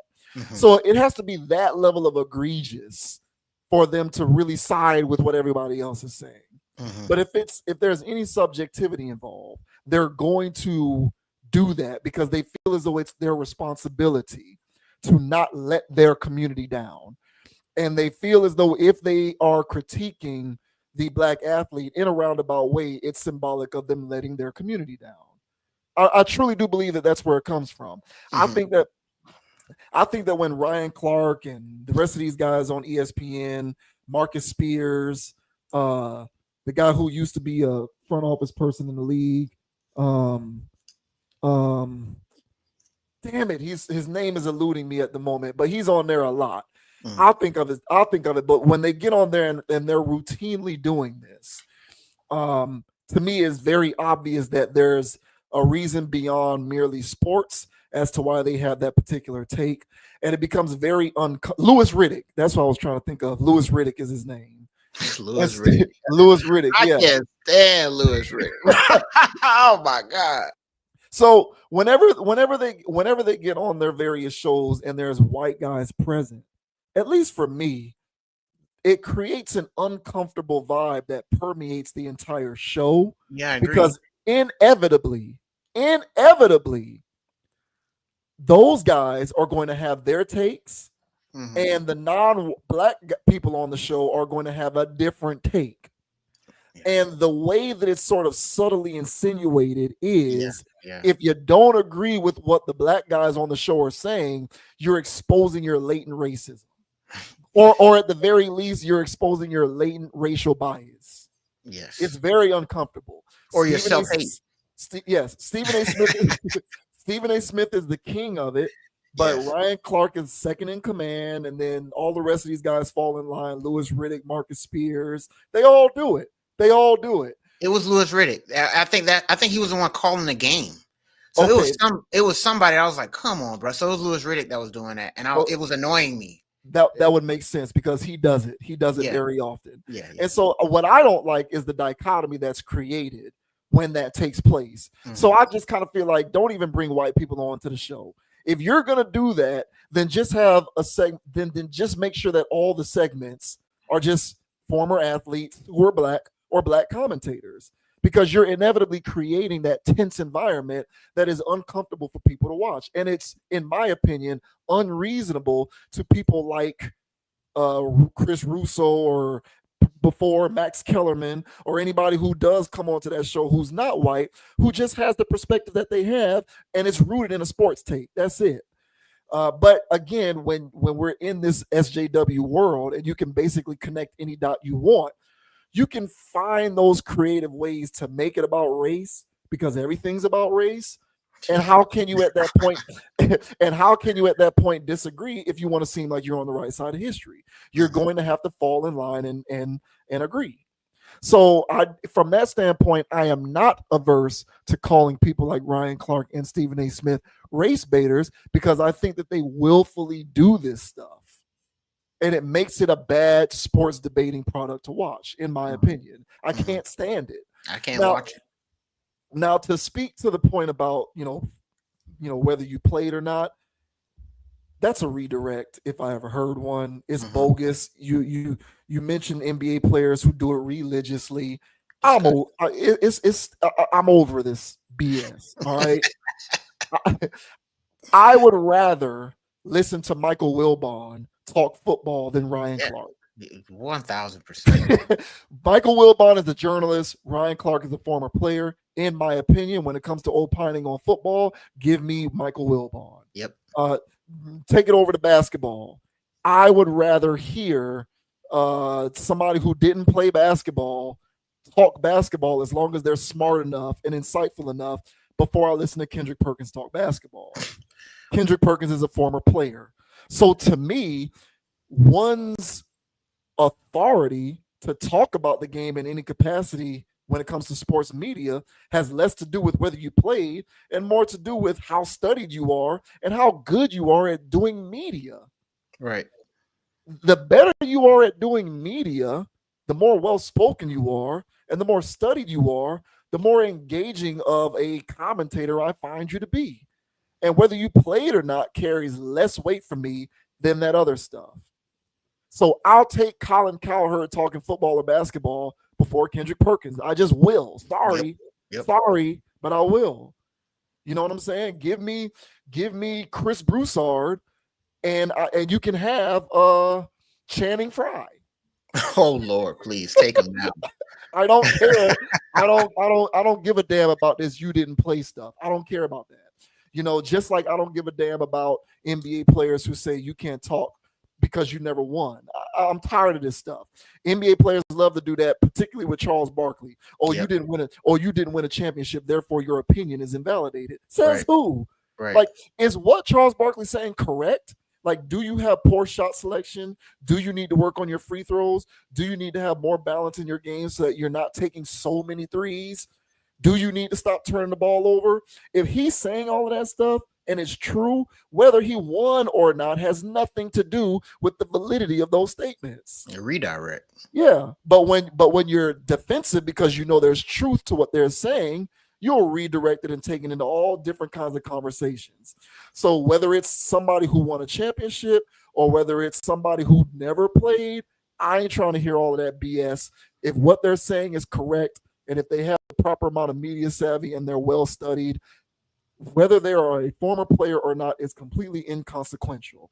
So those guys can miss me with that BS. And ESPN really needs to think about an overhaul in terms of the people that they got over there, because it has gone into complete and utter shit. It's a sideshow over there, bro. It's not. I can't even. There was a part of me that could tolerate it.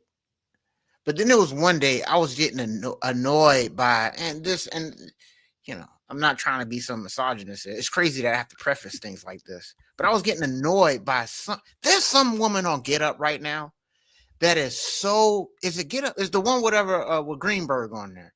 Yeah, that's Get Up. Yeah. She has the most annoying voice and she doesn't know anything. I said, why is she here? She's trying to give me sports bets. This woman doesn't even know what the hell's going on here. I'm taking the over on something crazy. I'm taking the over on Kyler Murray rushing yards because everybody knows he likes to get out of the pocket. I was like, that's not a take at all. That's not a take at all. And to the point where I was like, you know what? All of these sports networks are doing over and unders.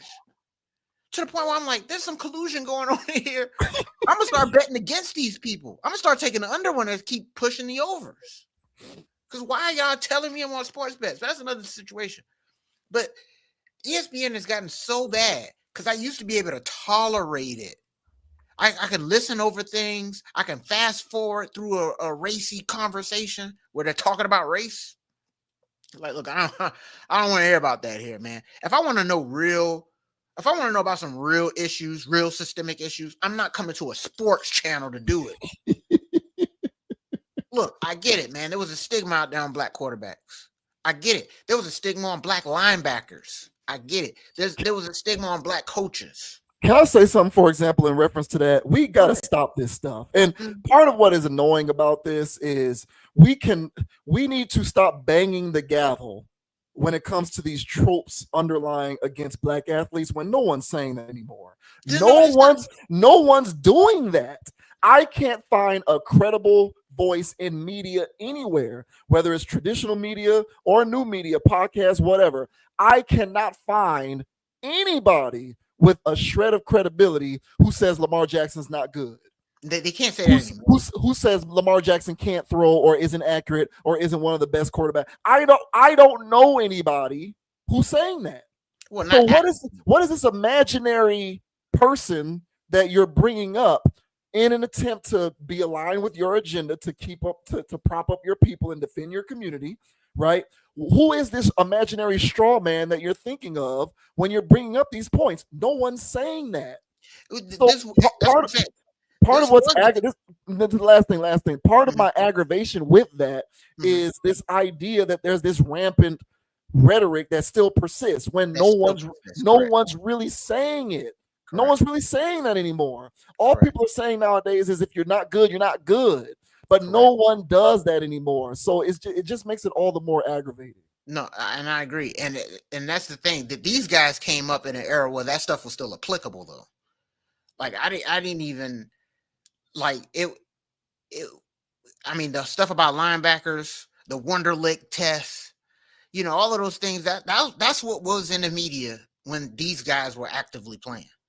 And so their thing was, I believe, their whole thing was, I'm gonna get in here and I'm gonna right the ship, and I'm gonna promote these guys to the point where it's so obvious and disgusting. It's like, hey, look, bro, sometimes you could be objective.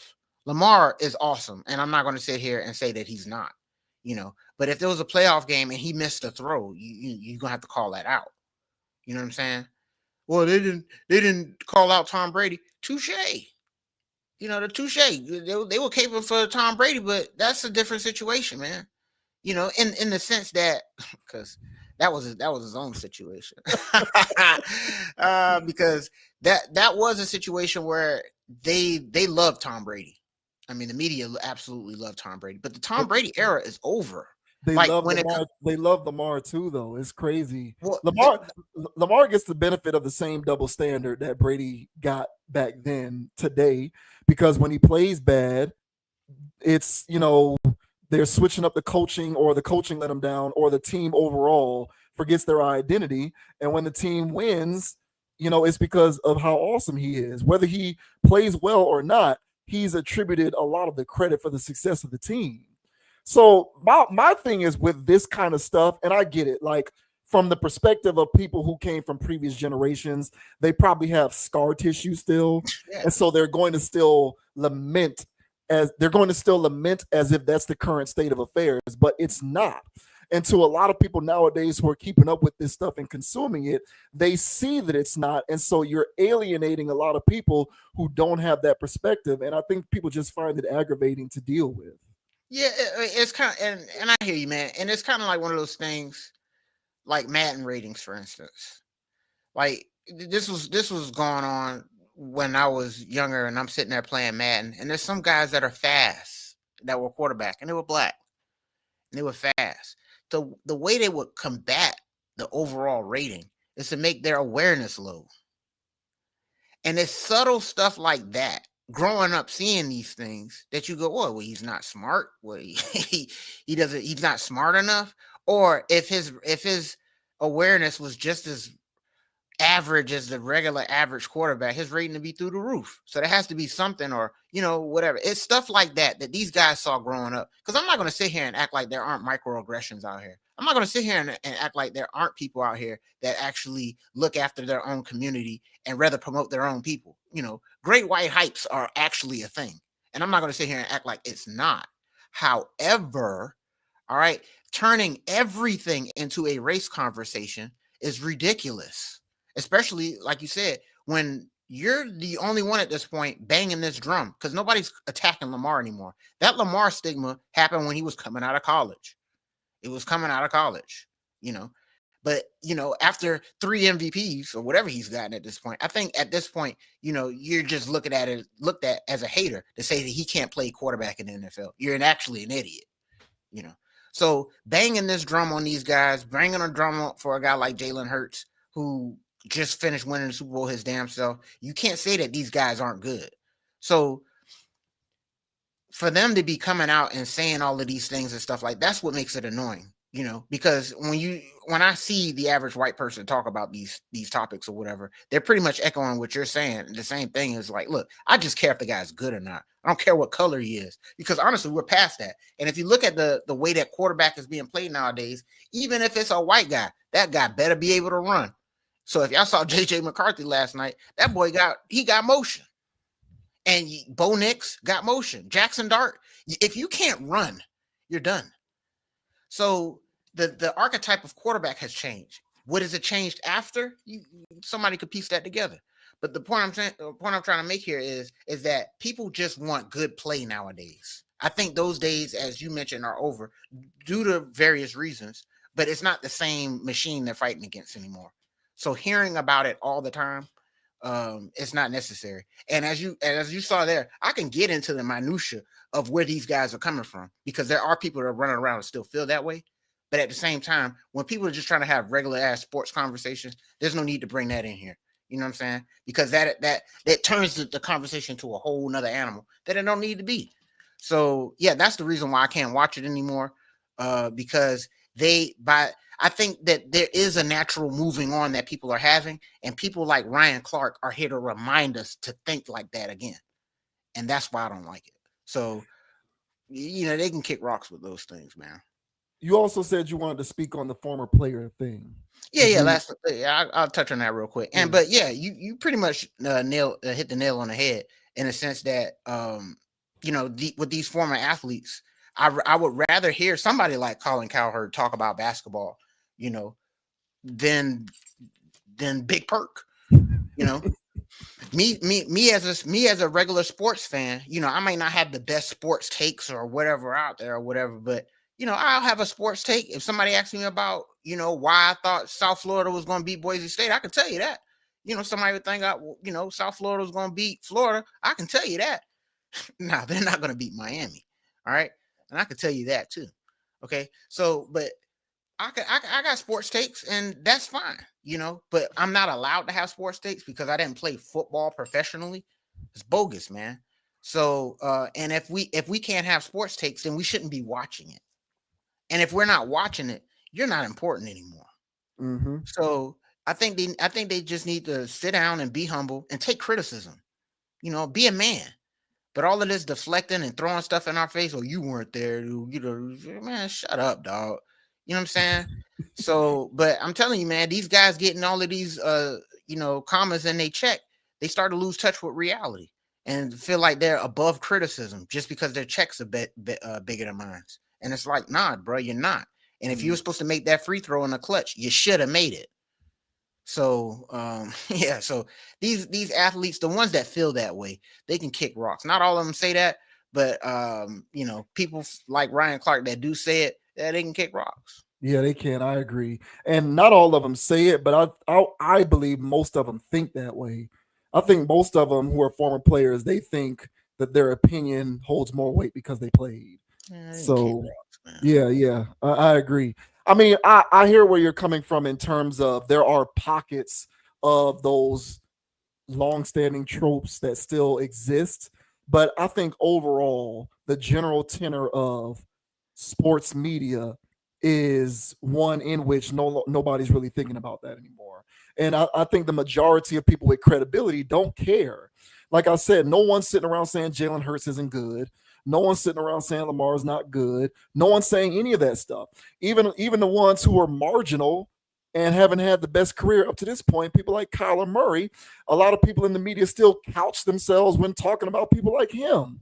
So like no one's really doing this stuff anymore. Yet I can predict every single time if I see a segment when they're talking about any kind of topic, if Ryan Clark is on the show or Riddick or any one of these people, I don't need to watch it to know what opinion they had. I don't need to watch it. Yep.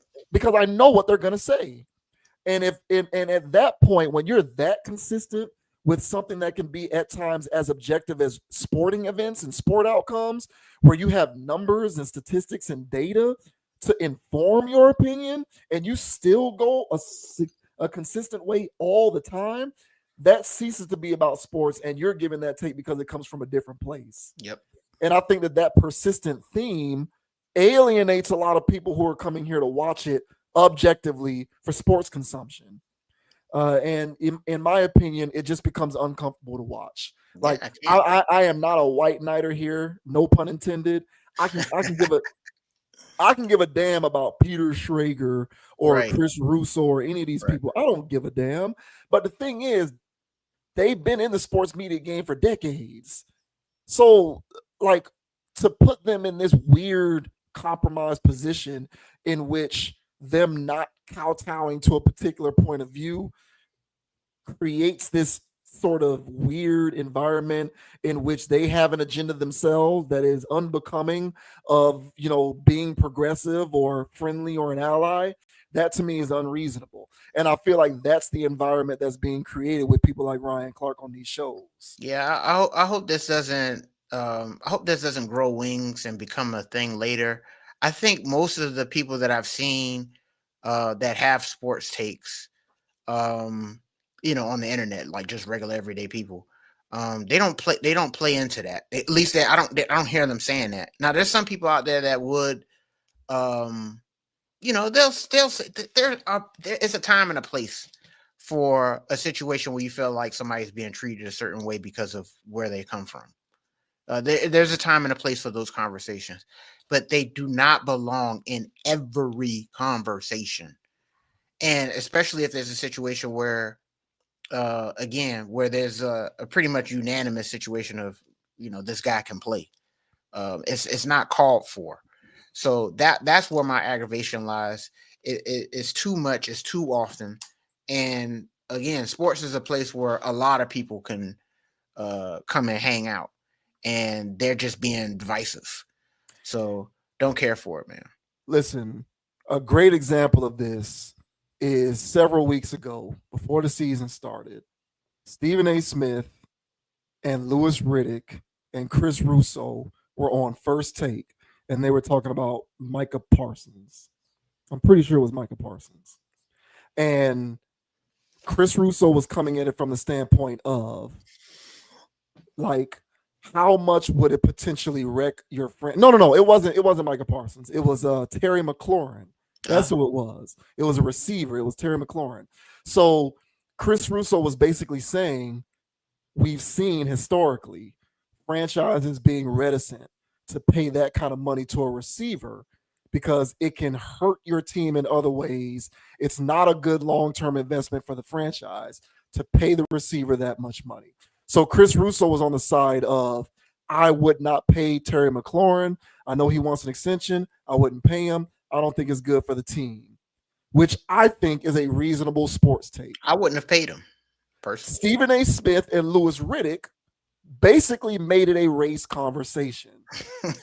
They did. They were basically making it about how a black man feels dealing with contract negotiations. That's what they turned the conversation into. Look it up. I'm not making this up. So essentially, so what you're doing at that point is you're creating a dichotomy within the conversation. Correct. In which, if Chris Russo continues to maintain his stance, now Chris Russo is anti-black man. Yeah. When all Chris Russo was saying was, I don't believe in paying receivers like that. But you So should. that's the kind of case. That's the kind of stuff that I'm objecting towards. Mm-hmm. So it isn't stuff where it's like, okay, if we're talking about a larger societal observation within the context of sports and you want to take it there, even though I'm over that too, fine, I can allow that because at least it makes some sense. Mm-hmm. But when you're talking about stuff like that, right, where it's literally just an innocuous conversation about a contract negotiation, and you're turning it, so you got Chris Russo and Louis Riddick, you got Stephen A and Louis Riddick on one side talking about how a black man wants to be treated with a contract, and then you got lone white guy Chris Russo said, I don't pay receivers. How does that look? How does that look? And then it becomes uncomfortable to watch, seriously. No, so that's the kind of shenanigery that goes on ESPN, bro. Yeah. And I think people are just over it. So, if Ryan Clark is on thin ice, maybe that's not the worst thing in the world. Maybe it's time for him to move on because he is like the king of some of this stuff. Him and Stephen A. Smith are 1A and 1B when it comes to that kind of stuff. I mean, his issue here is that he didn't get race. It wasn't a race situation. It was between CeeDee Lamb and A.J. Brown. And the issue here is that he said something about you don't know ball because you didn't play. And that's not his script.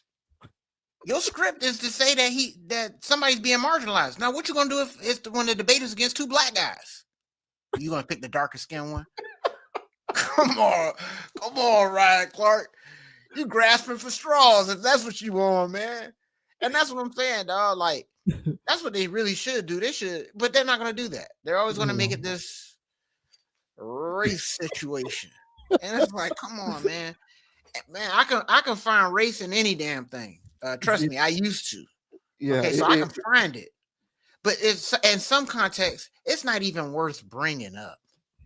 And when you're talking about sports and in many contexts, it's not worth bringing up, man. So you can always connect dots if you want. Yeah, those dots are always available to you to connect if you want. Yeah, if you squint hard enough, you can always connect those dots. Yeah. And I'm a wizard with it, but I choose not to because it's not always. It's like I was saying before with the Charleston White situation. What is that going to do? Me articulating that. What is that doing? You know what I'm saying? Just throw the ball better. Maybe I'm not. Maybe people won't be having this discussion if you threw the ball better. Because quarterbacks like Anthony Richardson. Yeah, I'm gonna keep bagging on him because it's quarterback like Anthony Richardson. Ain't nothing personal. You play professional sports and get paid millions of dollars, so I can talk about it. And it's just that you can't throw. You're not a quarterback, bro. Sorry, a hell of an athlete, but you can't throw. Yeah, and I should be able to say that, and so should Portnoy and Schrader and Mad Dog Russo because it's pretty obvious. Yeah, I'm not trying to, far be it from me to like talk about a person's livelihood. Like, I'm not trying to sit up here and say ESPN needs to get rid of Ryan Clark, but there's a reason why their viewership has eroded, and the only reason why it hasn't eroded to a greater degree is, in my opinion, because they don't have competition. Yes, I think that if they had substantial competition, it would have eroded even more than it already has. 100%. But there's a reason why the erosion is taking place, and I think people are tired of this. And them being tired of it, and I'm one of those people who are tired of it, and I'm a colored guy. Okay, right. people colored athlete. Right.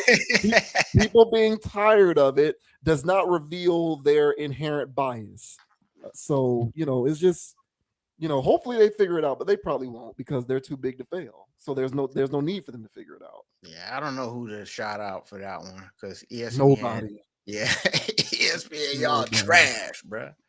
Matter of fact, I'll shout out Michael Wilbon. Shouts out to Michael Wilbon. Yeah, shout out to Will Bond, man. Shout out to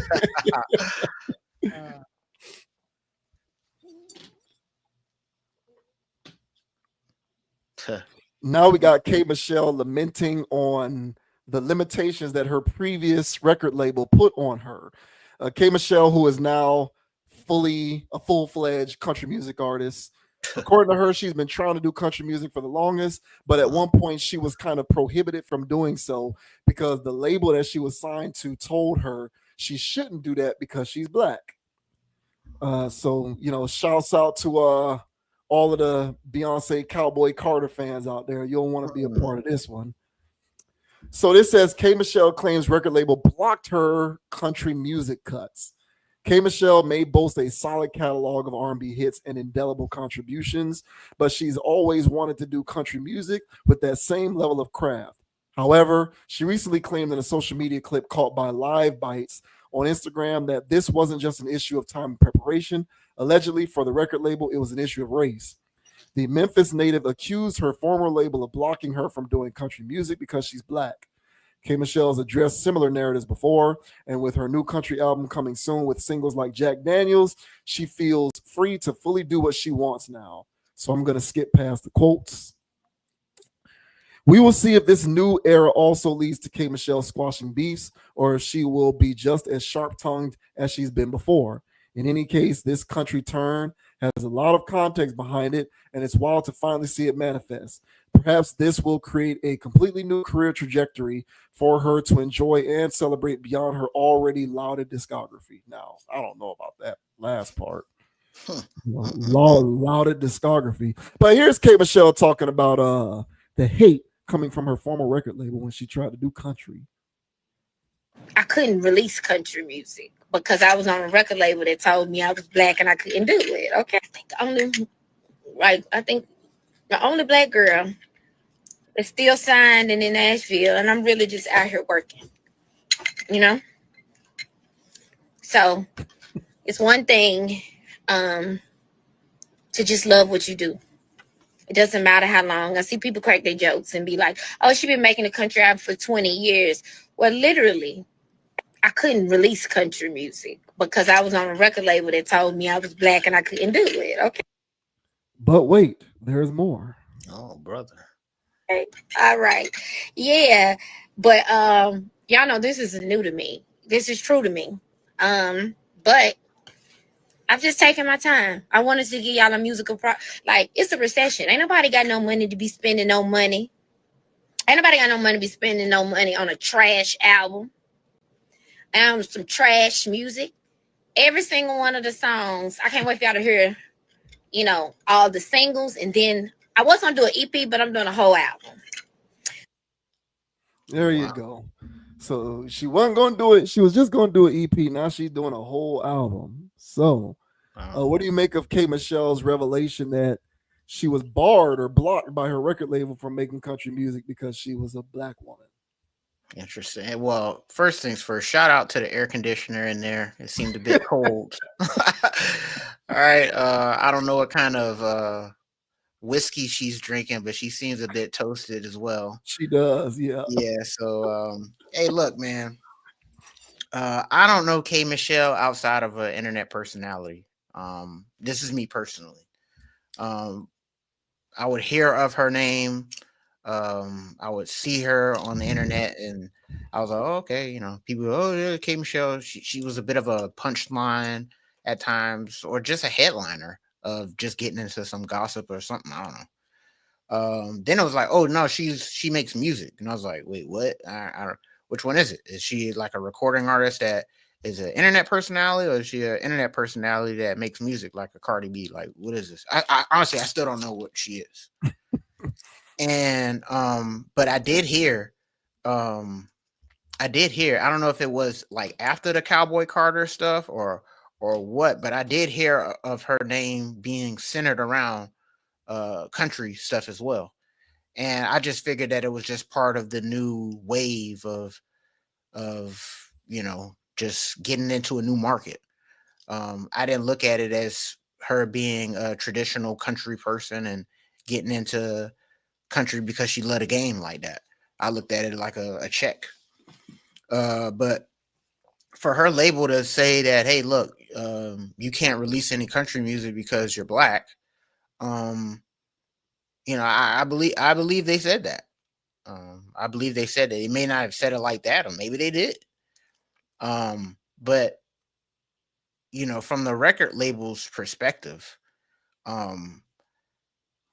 K Michelle, I don't know how well she would have translated based on that their budget for her. What their return on investment for her is, it was always geared towards whatever she does.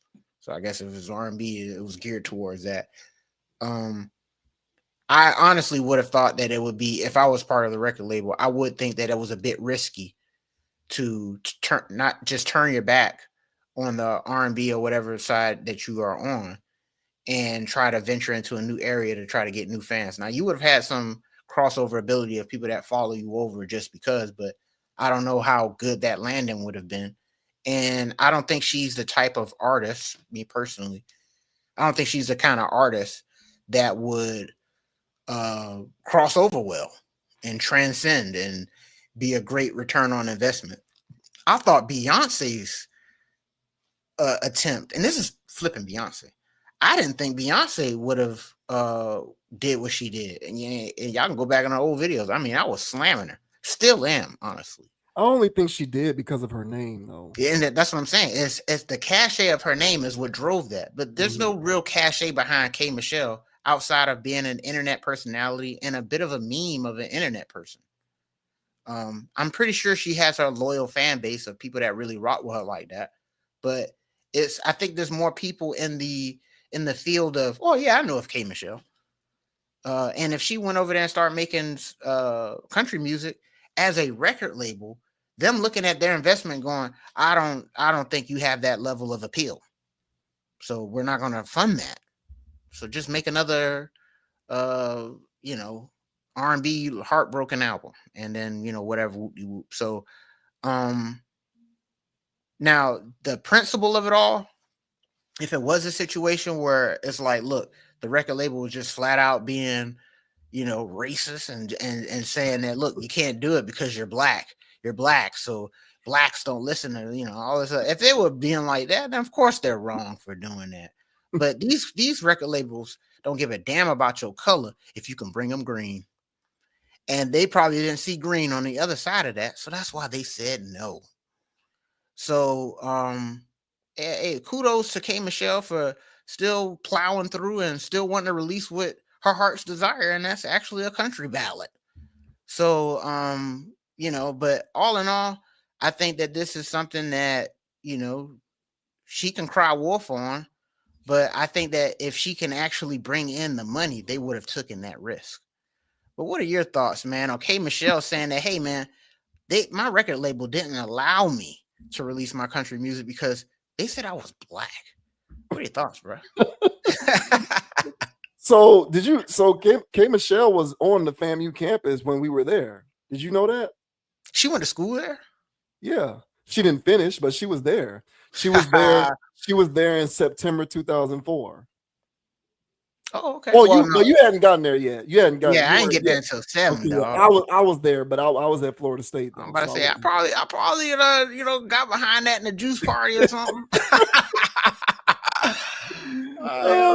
That's interesting. Yeah, she was over there. She was out there like 2001 through 2004. Shout out to the Rattlers, man. Skr. Yeah, I hear everything you're saying. I don't really have much to add to that. The only thing that I would say is, if making country music is something that's in her heart and something that she truly wants to do, then I'm glad that she's removed from an environment which, stopped her from doing it. But, this is a larger overall conversation about the way that we receive people from the community in that particular genre. I think back to a conversation that you and I had where people were outraged because Beyonce was overlooked for like country album of the year or something like that. It was one of those, I don't know if it was the CMAs or it was one of those awards institutions. and they had like an album of the year for country music, and Beyonce wasn't even one of the nominees, like let alone not winning. She wasn't even a nominee. And, Beyonce fans were predictably outraged. They were all over the internet complaining, moaning and whining like a broke down BMW. They just couldn't believe that Queen Bee herself was disrespected by country music by not at least giving her an award nomination for something that they thought she should have won outright against the litany of other artists who have been making country music for like years and decades, right? So, my stance on that was, well, the reason why Beyonce wasn't nominated is because they perceive her to be a fly-by-night country music artist, not a genuine one, not a real one.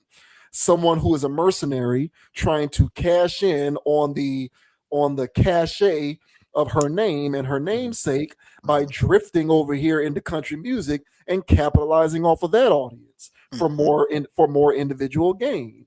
And I think the reason why they didn't nominate her was because they took an affront to her very presence, given those circumstances, and decided to not give her that kind of recognition. Whether you think she should have been nominated or not is beside the point. They take exception to her very existence within this ecosystem. That's what I believe was going on there. And I feel like that is a typical reaction that any long-standing institution is going to have towards an individual that they think is merely infiltrating it for a short-term gain of some sort. So my whole thing with that was, all right, Beyonce fans, because I would imagine statistically the majority of Beyonce fans come from the community.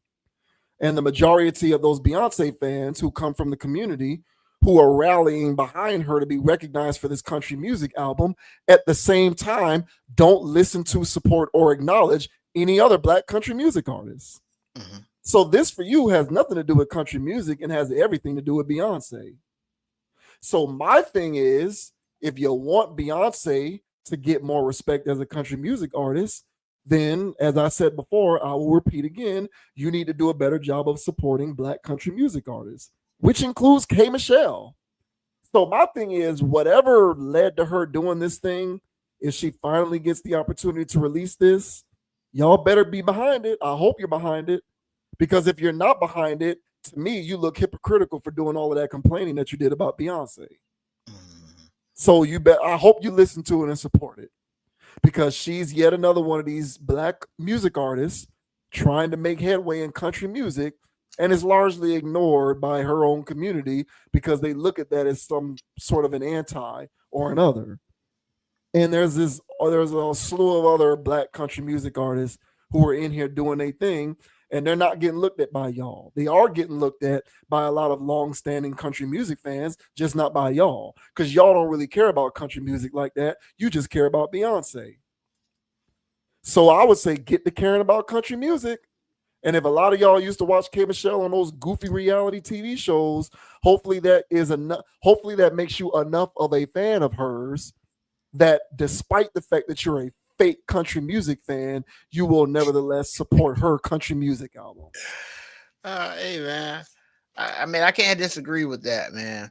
And I would say that if it's good, I'll listen to it. Now, I gave the Beyonce album a quick shuffle. I mean, I didn't hang around much. I'm gonna be honest, because honestly, aesthetically, it wasn't pleasing to me. So, you're absolved from this though, because you're not one of these weirdos banging the gavel saying that Beyonce was done wrong. Oh yeah, fair. Yeah. But I'm just saying that I'm open to good music, and even if I'm not a traditional country guy, and I gave this a listen because of cachet. If it slaps, I'm staying, and it's getting in the rotation. So for K. Michelle, I would tell her that, don't just throw something out there. If it's actually good music, the people will gravitate towards it. That goes without saying. So make yourself some good music, man. It was a few weeks ago, man. We had brought up Coldplay, bro. Coldplay was a meme to me, and this is before memes were memes, but they were a meme of a band. Yeah, I was like, Coldplay. You listen to Coldplay, bro? Get out of my face, man. You don't know music. You know, and I forgot what it was. It was that song, I used to rule the world. Caesar will rise when I gave the word. When I heard that song, I was like, this is a good song. And then I kept listening to it on repeat. And I'm like, I'm listening to Coldplay, bro. What's going on? I was having a midlife crisis in my 20s. So then I went to the discography and I started listening to more stuff. I was like, no, these guys are good. And so this is me venturing off into a genre of music that I don't really listen to. But what caught my ear was a good song and good sounds, to the point where I know the song front to back. I don't listen to it that much anymore, but whenever it come on and I'm in CVS or something, I'm singing along right along with it.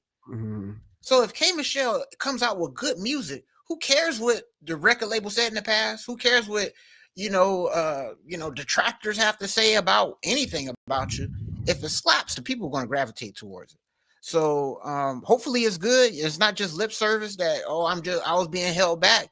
Maybe you was being held back because the music ain't good. Maybe you were recording stuff and they go, this ain't it, girl. Who knows?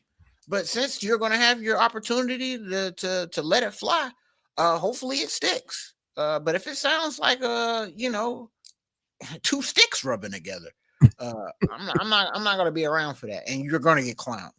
So hey, best of luck to you, Miss K Michelle, in your endeavors, because I believe everybody needs to chase their dreams, as unrealistic as some of them may be. If that's what you believe in, go do it, and hopefully it slaps. Yeah.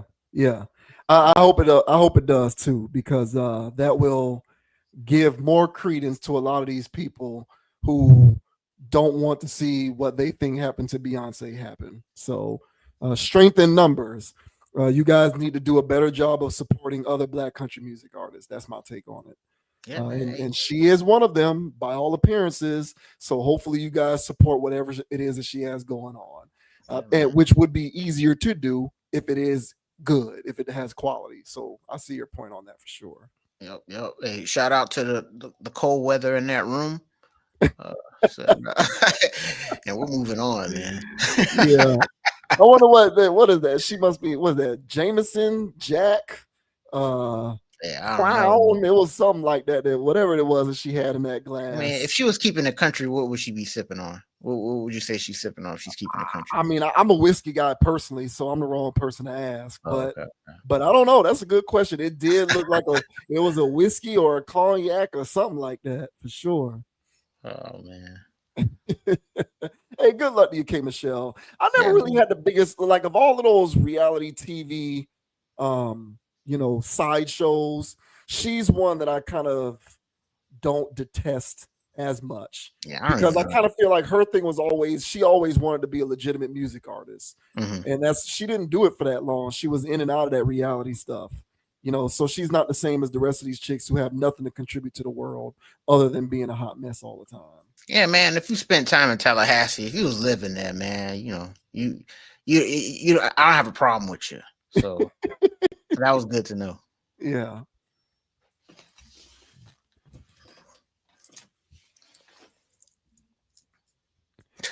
Lastly, we're going to touch on the scandal involving the Los Angeles Clippers. So apparently it has been revealed that allegedly the Clippers attempted to circumvent the salary cap and pay Kawhi Leonard even more money than what his contract is by giving him like $28 million via his employment with some tree brokerage that has literally, I'm not making this up, tree brokerage that has since went belly up. Said tree brokerage company called Aspiration is now bankrupt. And it was the bankruptcy that revealed this scheme, because when when a company files for bankruptcy, documents get released and become public record. And so there were some discrepancies in terms of the ledger and people on the payroll, including $28 million being paid to, the silent assassin Kawhi Leonard himself. And so there's an investigation that is going to be open to see to what level of corporate malfeasance that took place involving the Los Angeles Clippers. The Los Angeles Clippers and how they handle Kawhi Leonard's contract situation. So this says NBA reportedly hires law firm that investigated Donald Sterling for a Kawhi Leonard Clippers scandal. The NBA has reportedly hired the same law firm that investigated former Clippers owner Donald Sterling to look into the endorsement scandal involving Kawhi Leonard and the Clippers. A source with direct knowledge of the situation told The Athletic that the league has enlisted the services of law firm Watchell, Lipton, Rosen, and Katz to investigate the allegations that the NBA player and current Clippers owner, Steve Ballmer, cheated the salary cap with a $28 million tree company endorsement. Watchell, Lipton, Rosen, and Katz previously investigated Sterling and ex-Phoenix Suns owner Robert Sarver, who both faced misconduct charges before the end of their times with their respective teams. Leonard and Ballmer's alleged misconduct came to light during a recent episode of Pablo Torre Finds Out. Torre was joined by Amin Al-Hassan and David Sampson to talk about their investigation into Leonard's mysterious deal with tree brokerage company Aspiration. Back in March, Aspiration filed for bankruptcy and listed one of its creditors as KL2 Aspire LLC, a company that Leonard is listed as a manager of in an August 2025 filing with the California Secretary of State's office that was viewed by Complex. Though Torre confirmed that Leonard's company was listed as a creditor for $7 million, the player never publicly endorsed Aspiration. NBA executives were suspicious of how Steve Ballmer's Clippers landed the most valuable free agent on the market, Kawhi Leonard, Torre said about Leonard joining the team back in 2019. Torre and company claimed that Leonard signed a $28 million no-show job endorsement deal with Aspiration. Suspiciously, they continued, Ballmer had given $50 million in funding to the company, and Leonard's deal, which was effective from April 2022, was contingent on him remaining with the Clippers. It was to circumvent the salary cap, the reporter said, noting that Leonard's agreement with Aspiration was the single largest sponsorship deal the company made. It completely eclipsed every other agreement, they added, saying that Leonard evaded all press about the deal. He didn't have to do anything. In a statement, the Clippers denied the allegations. Neither Mr. Ballmer nor the Clippers circumvented the salary cap or engaged in any misconduct related to Aspiration, the team wrote. Any contrary assertion is provably false. Provably false. Right. So here is Steve Ballmer going on the record on ESPN. Was this ESPN? I think so. Okay. So Steve Ballmer talked to Ramona Shelburne on ESPN to go on the record about the fact that he was actually conned, right? So Steve Ballmer is saying he was led astray, bamboozled by this company who took him for a ride. Interesting. And that the Clippers, in fact, unknowingly were victims of this same scheme. So here is Steve Ballmer trying to clear the air on what happened here. Documents, and in Pablo's podcast, they reported it was 28 million. Pablo's podcast, I don't know anything about the court documents on this. I haven't seen them, and I don't know. I'm not trying to be, I don't know. I really don't know. But the speculation is what it is. And why did they do that? It's a lot of money. I mean, 28 million, 7 million a year is a lot of money for a guy that you didn't actually require to do anything. I don't know why they did what they did, and I don't know how different it is. I really don't. And frankly, any speculation would be crazy. These are guys who committed fraud. How would I be able? Look, they conned me. They conned me. I made an investment in these guys, thinking it was on the up, and they conned me. At this stage, I have no ability to predict why they might have done anything they did. Wow, that's a hell of a con. They got you out of $50 million, bro. That's a hell of a con, man. They got this man, the richest owner in all the sports. Did you know that? I knew he was up there. I didn't know he was the richest. The literal richest, like richer than all of those football guys. He's the number one richest guy in all the sports, which is insane. But yeah, so this guy, apparently sharp as a tack, according to him, was taken for $50 million by this company. Mhm. I don't buy that, but what say you? Man, when I first saw the clip of him saying that he got conned first, I had zero context. Never heard of Pablo's podcast before in my life. So I'm just seeing this clip and I'm just watching him squirm up there. He said, I got conned. If anybody got, I'm like, I don't know what you're lying about, bro, but you lying about something. So then, yeah, I went into the weeds, did a little digging, man, and I found out the scam. And when I heard how, now sophisticated is a strong word, but when I say sophisticated, I mean that this seemed well thought out from the context of we're going to pay you more, and this is how you pay an athlete more. And so I was like, oh, wow, I never thought that a team would do. Now, we used to talk about it back in the day. This is back late 90s, early 2000s, where, there'd be conversations in our house whenever we're talking about basketball, sports, or whatever, and they're saying that they're paying that person under the table. Yeah, they're paying him more to be under the table or whatever. And we didn't, I'm just, under the table, guys. But now that I saw this situation, I was like, oh, these guys do be getting paid under the table. And it's through stuff like this. And now it clicked. And I was like, you know what? It doesn't end with Kawhi. It didn't begin with Kawhi. This has been going on. So to me, what this has unearthed, and I don't know whose responsibility it was to maintain that shell company, but for that to go under and for this to be eligible for investigation is a big faux pas. And I'm pretty sure that there's other people that are in that circle that do these things that are going, what the hell were you thinking? If you're one of the richest, how did you allow that to happen? And so, yeah, man, he messed up. How thorough will this get? Who knows? But since everybody knows about it, I wouldn't be surprised if an example is made. But as far as it goes now, because even when I saw this, I was like, why would you get on ESPN and lie like that in front of everybody? For real. But then I was like, well, this isn't the court of law. So he's not on the stand. So I think his idea was getting ahead of this in a PR fashion to let everybody know. And I can lie all I want because I'm not in court, which is very true. So he can say whatever the hell he wants on ESPN. But I still thought that was quite odd. But all in all, I'll say this because I saw another clip of that Pablo guy that did the initial investigation. He was talking to Mark Cuban about similar things. And Mark Cuban was like on some stuff where it was like, hey, look, man, people say, yes, we're smart. We've got all this money. But there were some things going on at the Dallas Mavericks that I didn't know was going on. It's like, hey, what are you talking about? So he was basically caping.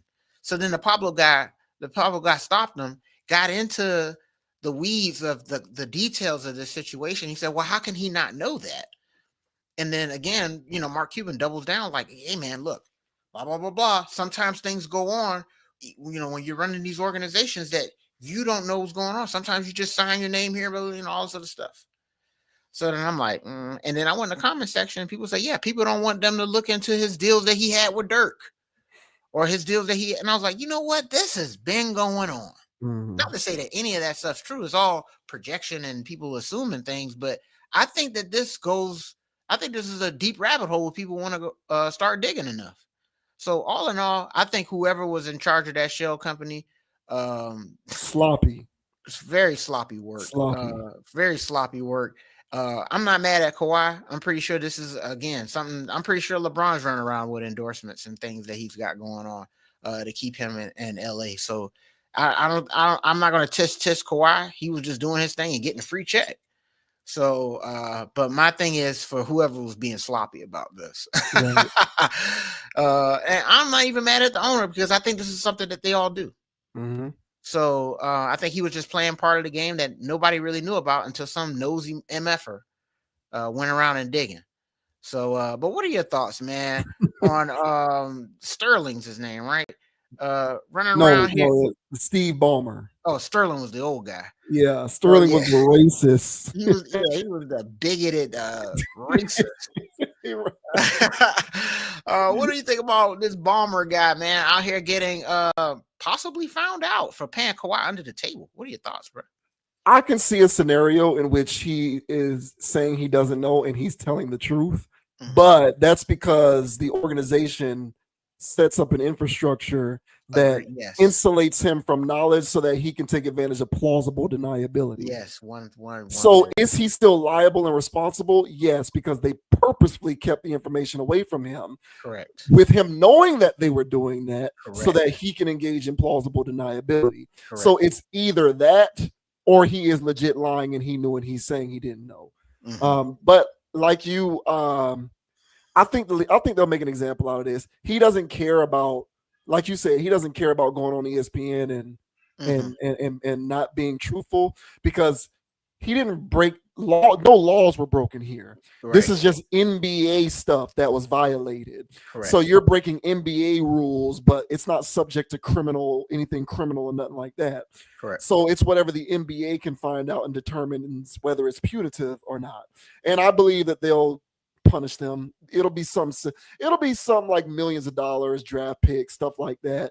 Maybe they'll be vacated of their draft picks for a couple years or whatever. It'll be something that kind of hurts the organization if they do learn that this did happen and they were trying to circumvent the salary cap. So to make an example out of it, something will happen. But to your point, I definitely am not offended by this because I think these professional organizations look for creative ways to circumvent salary caps all the time. The only leagues that don't do it are leagues that don't have salary caps. So I'm pretty sure you're not going to find any of this in Major League Baseball because they don't have to deal with it because there's no salary cap. But when you're talking about the National Hockey League or the NFL or the NBA, where they're trying to institute a hard cap in order to create parity, even though it fails because it doesn't create parity. The same teams are the same ones winning every year anyway. You're going to have to figure out creative ways to pay a free agent who's a superstar what they want to make, despite the fact that you're being hamstrung by a salary cap, which dictates you can only pay but so much. So this to me is professional sports business as usual, as far as I'm concerned. I would agree. And I feel as though the greatest impact of this can be, to your point, if other people like Pablo Torre decide to look at what other teams are doing in a similar fashion, because I would imagine most teams are doing this stuff. I would imagine. You can't put together a competitive team and pay all these guys all of this money if you're not finding other creative ways to line their pockets so that their annual earnings from playing basketball meet whatever expectation they want it to meet, despite the fact that their game checks don't line up with it. They still want to be able to make that money anyway. And look, man, a healthy Kawhi Leonard in his prime is a player who you would think is earning more on a per annual basis than what his current contract is, even though he did sign that max, what was that, last year or whenever he signed that extension. I feel like the only reason why that money makes sense is because he's hurt all the time. But a healthy Kawhi Leonard is a guy who makes way more than that, I think. So the fact that he's making whatever his extension was, and I'll look it up here real quick, to me said that he's got to be recouping on that in some other kind of way. Because on the surface, a healthy Kawhi is making more money than that on a per annual basis. So I think every team is doing this. It is what it is. This is just more shiesty professional sports dealings. And I guess the rest of these organizations better hope and pray that there aren't other sleuths who decide to figure out what it is that they're doing respectively. Yeah, man, I think that, and I agree, bro. And I think that this is just something that goes on throughout sports, as you mentioned. I'm a big college football dude, and before NIL, there were programs that it didn't make sense, the levels of recruits that they would get year in and year out. If any other school were getting those levels of recruits because they have a rich history too. And let's say that school was getting high levels of recruits, there'd be something out there that they were cheating, and it was like, okay, well, what about Alabama? What about Tennessee? What about Ohio State? What about Ohio State? Ohio State never cheats. Give me a break, bro.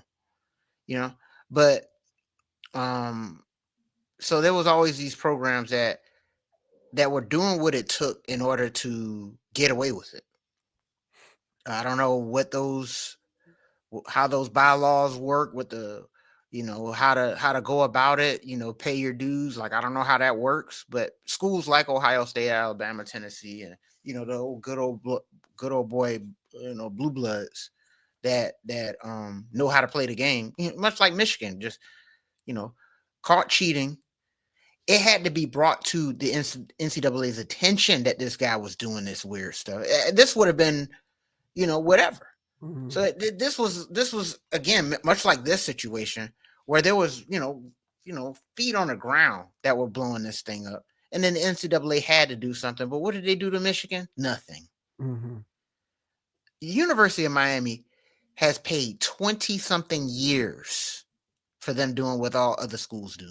We had to pay a 20-year debt. He was like, oh, Miami trash for 20 years. Yeah, guess why? And so, but there's schools that don't need to pay. And so I say that stuff to say is that there is a network, there's an understanding, there's a whole situation in this sports world where guys know that they can get the under the table money, and it's done through situations like this, nonprofits and stuff. Oh, Kawhi Leonard, they didn't do this, but Kawhi Leonard is such a philanthropist. He gives his free time to work with a tree hugging company. You know what I'm saying? And it's like, it's all cap, it's just a free check for him. And honestly, I don't know how it works in California when you're working for a nonprofit or whatever the hell type of situation. Maybe that's tax free. Maybe it's tax less, where he can try to recruit some from that dumbass state tax they got going on out there. Who knows what that whole rigmarole was about? But Kawhi ain't the only one, like I mentioned. He probably ain't the only one on that team. Right. Yeah. So, all in all, yeah, man, it's good for me to know as a sports guy to know that these type of things go on. That explains some of these dumb rosters that we've seen over the years. Was like, how y'all afford that? Big three, my Miami team possibly. You know what I'm saying? Something's going on there. So yeah, man, funny stuff. But yeah, I think this would be more of a situation of like, because you're right, there's no criminal law broken here. This is all just NBA, and of course the NBA, when it investigates itself, let's see what they come up with. But yeah, funny stuff, man. But I'm glad I know this. I can't believe I was that naive to not even think that they do this, but clearly they do. Yeah, they definitely do. I mean, they're doing that with CEOs in major corporations. See, that's right. You got CEOs who have like, in addition to their base salary, they have like shares in some other stock or something that they get. And so that kind of helps to line their pockets and meet their annual earnings expectations. So this stuff goes on replete throughout corporate America. And professional sports is indeed corporate America. Make no mistake about it. Yep. Kawhi Leonard's contract, so his extension, he signed in January last year, 3 years, $153 million. So that is a lot of money. That's $50 million a year. Jeez. So, I'll take back what I said about he should be paid more, because that's a lot. $50 million per year for 3 years, that's a lot of money. Especially if you're not playing. Correct, right. And plus, for him to be hurt as much as he is, for sure. But still, we see these dumb kind of contracts. Look at what SGA got, dumb contracts. I didn't see this year's round of contracts. It's disgusting. I'm pretty sure it's the richest contract in NBA history for sure. It might be the richest. Well, I don't want to say, because in Major League Baseball contracts get kind of dumb too. Yeah, but SGA's contract is amongst the richest ever in the history of professional sports. Wow. Yeah, that's a bag, bro. Yeah, that's dumb contracts. So there's no way that these guys are making this and you're able to put a roster together to compete. I don't care. I mean, and Oklahoma City, they really do care. They got a good scouting department. They got a good GM. They got a well-oiled machine. But you still need to pay people. And when you're paying those 3 guys what they're paying them, hard to keep guys together, but they'll still figure out a way to manage it. And I find it hard to believe that other guys aren't getting creative ways of having their income supplemented because of how much money is being allocated towards their 3 main players. So it is what it is, man. This is just business as usual. The only thing that I think about when I think about this is we are 11 years removed from the big 3, and we can't figure out a way to line one of these free agents' pockets to get somebody down here. Come like, on, bro. Figure it out, Pat Riley and Mickey Arison. Like, get a shell company together for one of these free agents and get them down here. Like, what are y'all doing? They don't fit in the culture, bro. They're not culture guys. They're not culture fits. And that's why we can't win. That's why. Hey, man. And for the people out there that didn't take their time to Google SGA's contract, he's making $71.2 million a year. A year, bro. That is insane. Congratulations to that young man. He doesn't have to work another day in his life. After those contracts. It's egregious. That is phenomenal. That is an absurd amount of money, bro. Oh man, Jesus! I don't think I've heard that much per year for anybody before. That's what I'm saying. With you. Yeah. That's what I'm saying. It might be the richest contract ever. But don't quote me on that because I'm not sure about that. Jesus. Yeah. So yeah, we'll see what happens with this. But I just think that in all likelihood, they'll get hit with something, fines, vacated draft picks, all that good stuff is probably what will happen. But shouts out to Kawhi, man. I got a lot of respect for Kawhi's game. The guy just can't stay healthy.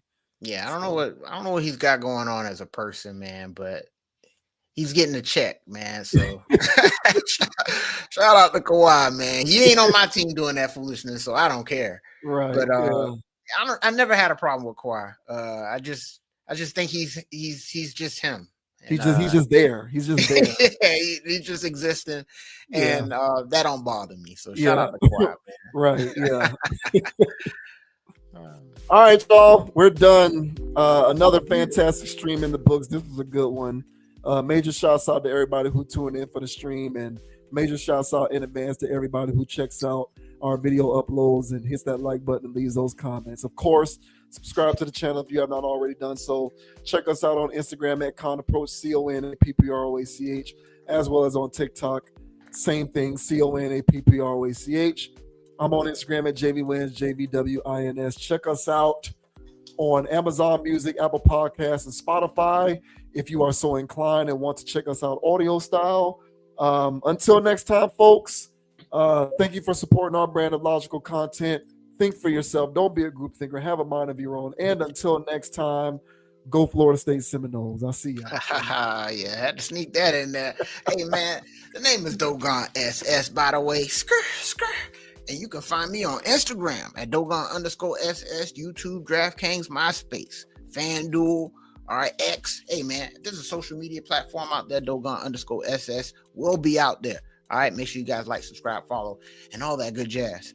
And as I say every week, everybody, all right, we greatly appreciate you guys watching, all right, participating, all right, hey, sharing the video. Come on, guys. Without you, there would be no us. So we really appreciate you guys for participating, liking, sharing, and subscribing, of course. All right. And as I always say, all right, don't be too high, don't be too low. Keep it calm, keep it chill, keep it plug. And don't let anybody get you off your pivot. So until the next episode, ladies and gentlemen, I've got more rings than Robert Ory still. And we'll see y'all in the next episode. Skr. Yeah. All right. So according to Perplexity, SGA's contract is in fact not the richest contract in NBA history. It's actually Jason Tatum's 5-year, $314 million deal. Oh, that's right. That boy did sign that. Yeah. Sheesh. And so I think per year, SGA's might be the most, but overall total value, I think it's Jason Tatum's. Yeah. I'll give him that. But still, man, hey, shouts out to SGA and Tatum, man. Yeah. I mean, I ain't mad when these dudes get these bags. It's just insane how big these bags are getting. It's the amount. Yeah, it's the amount. Yeah. Jeez. All right, y'all. Until next time, thank you very much for watching. We'll see you later. Peace. Man, go Canes, man. Skr. Yeah, bro, we going all the way this year. Maybe.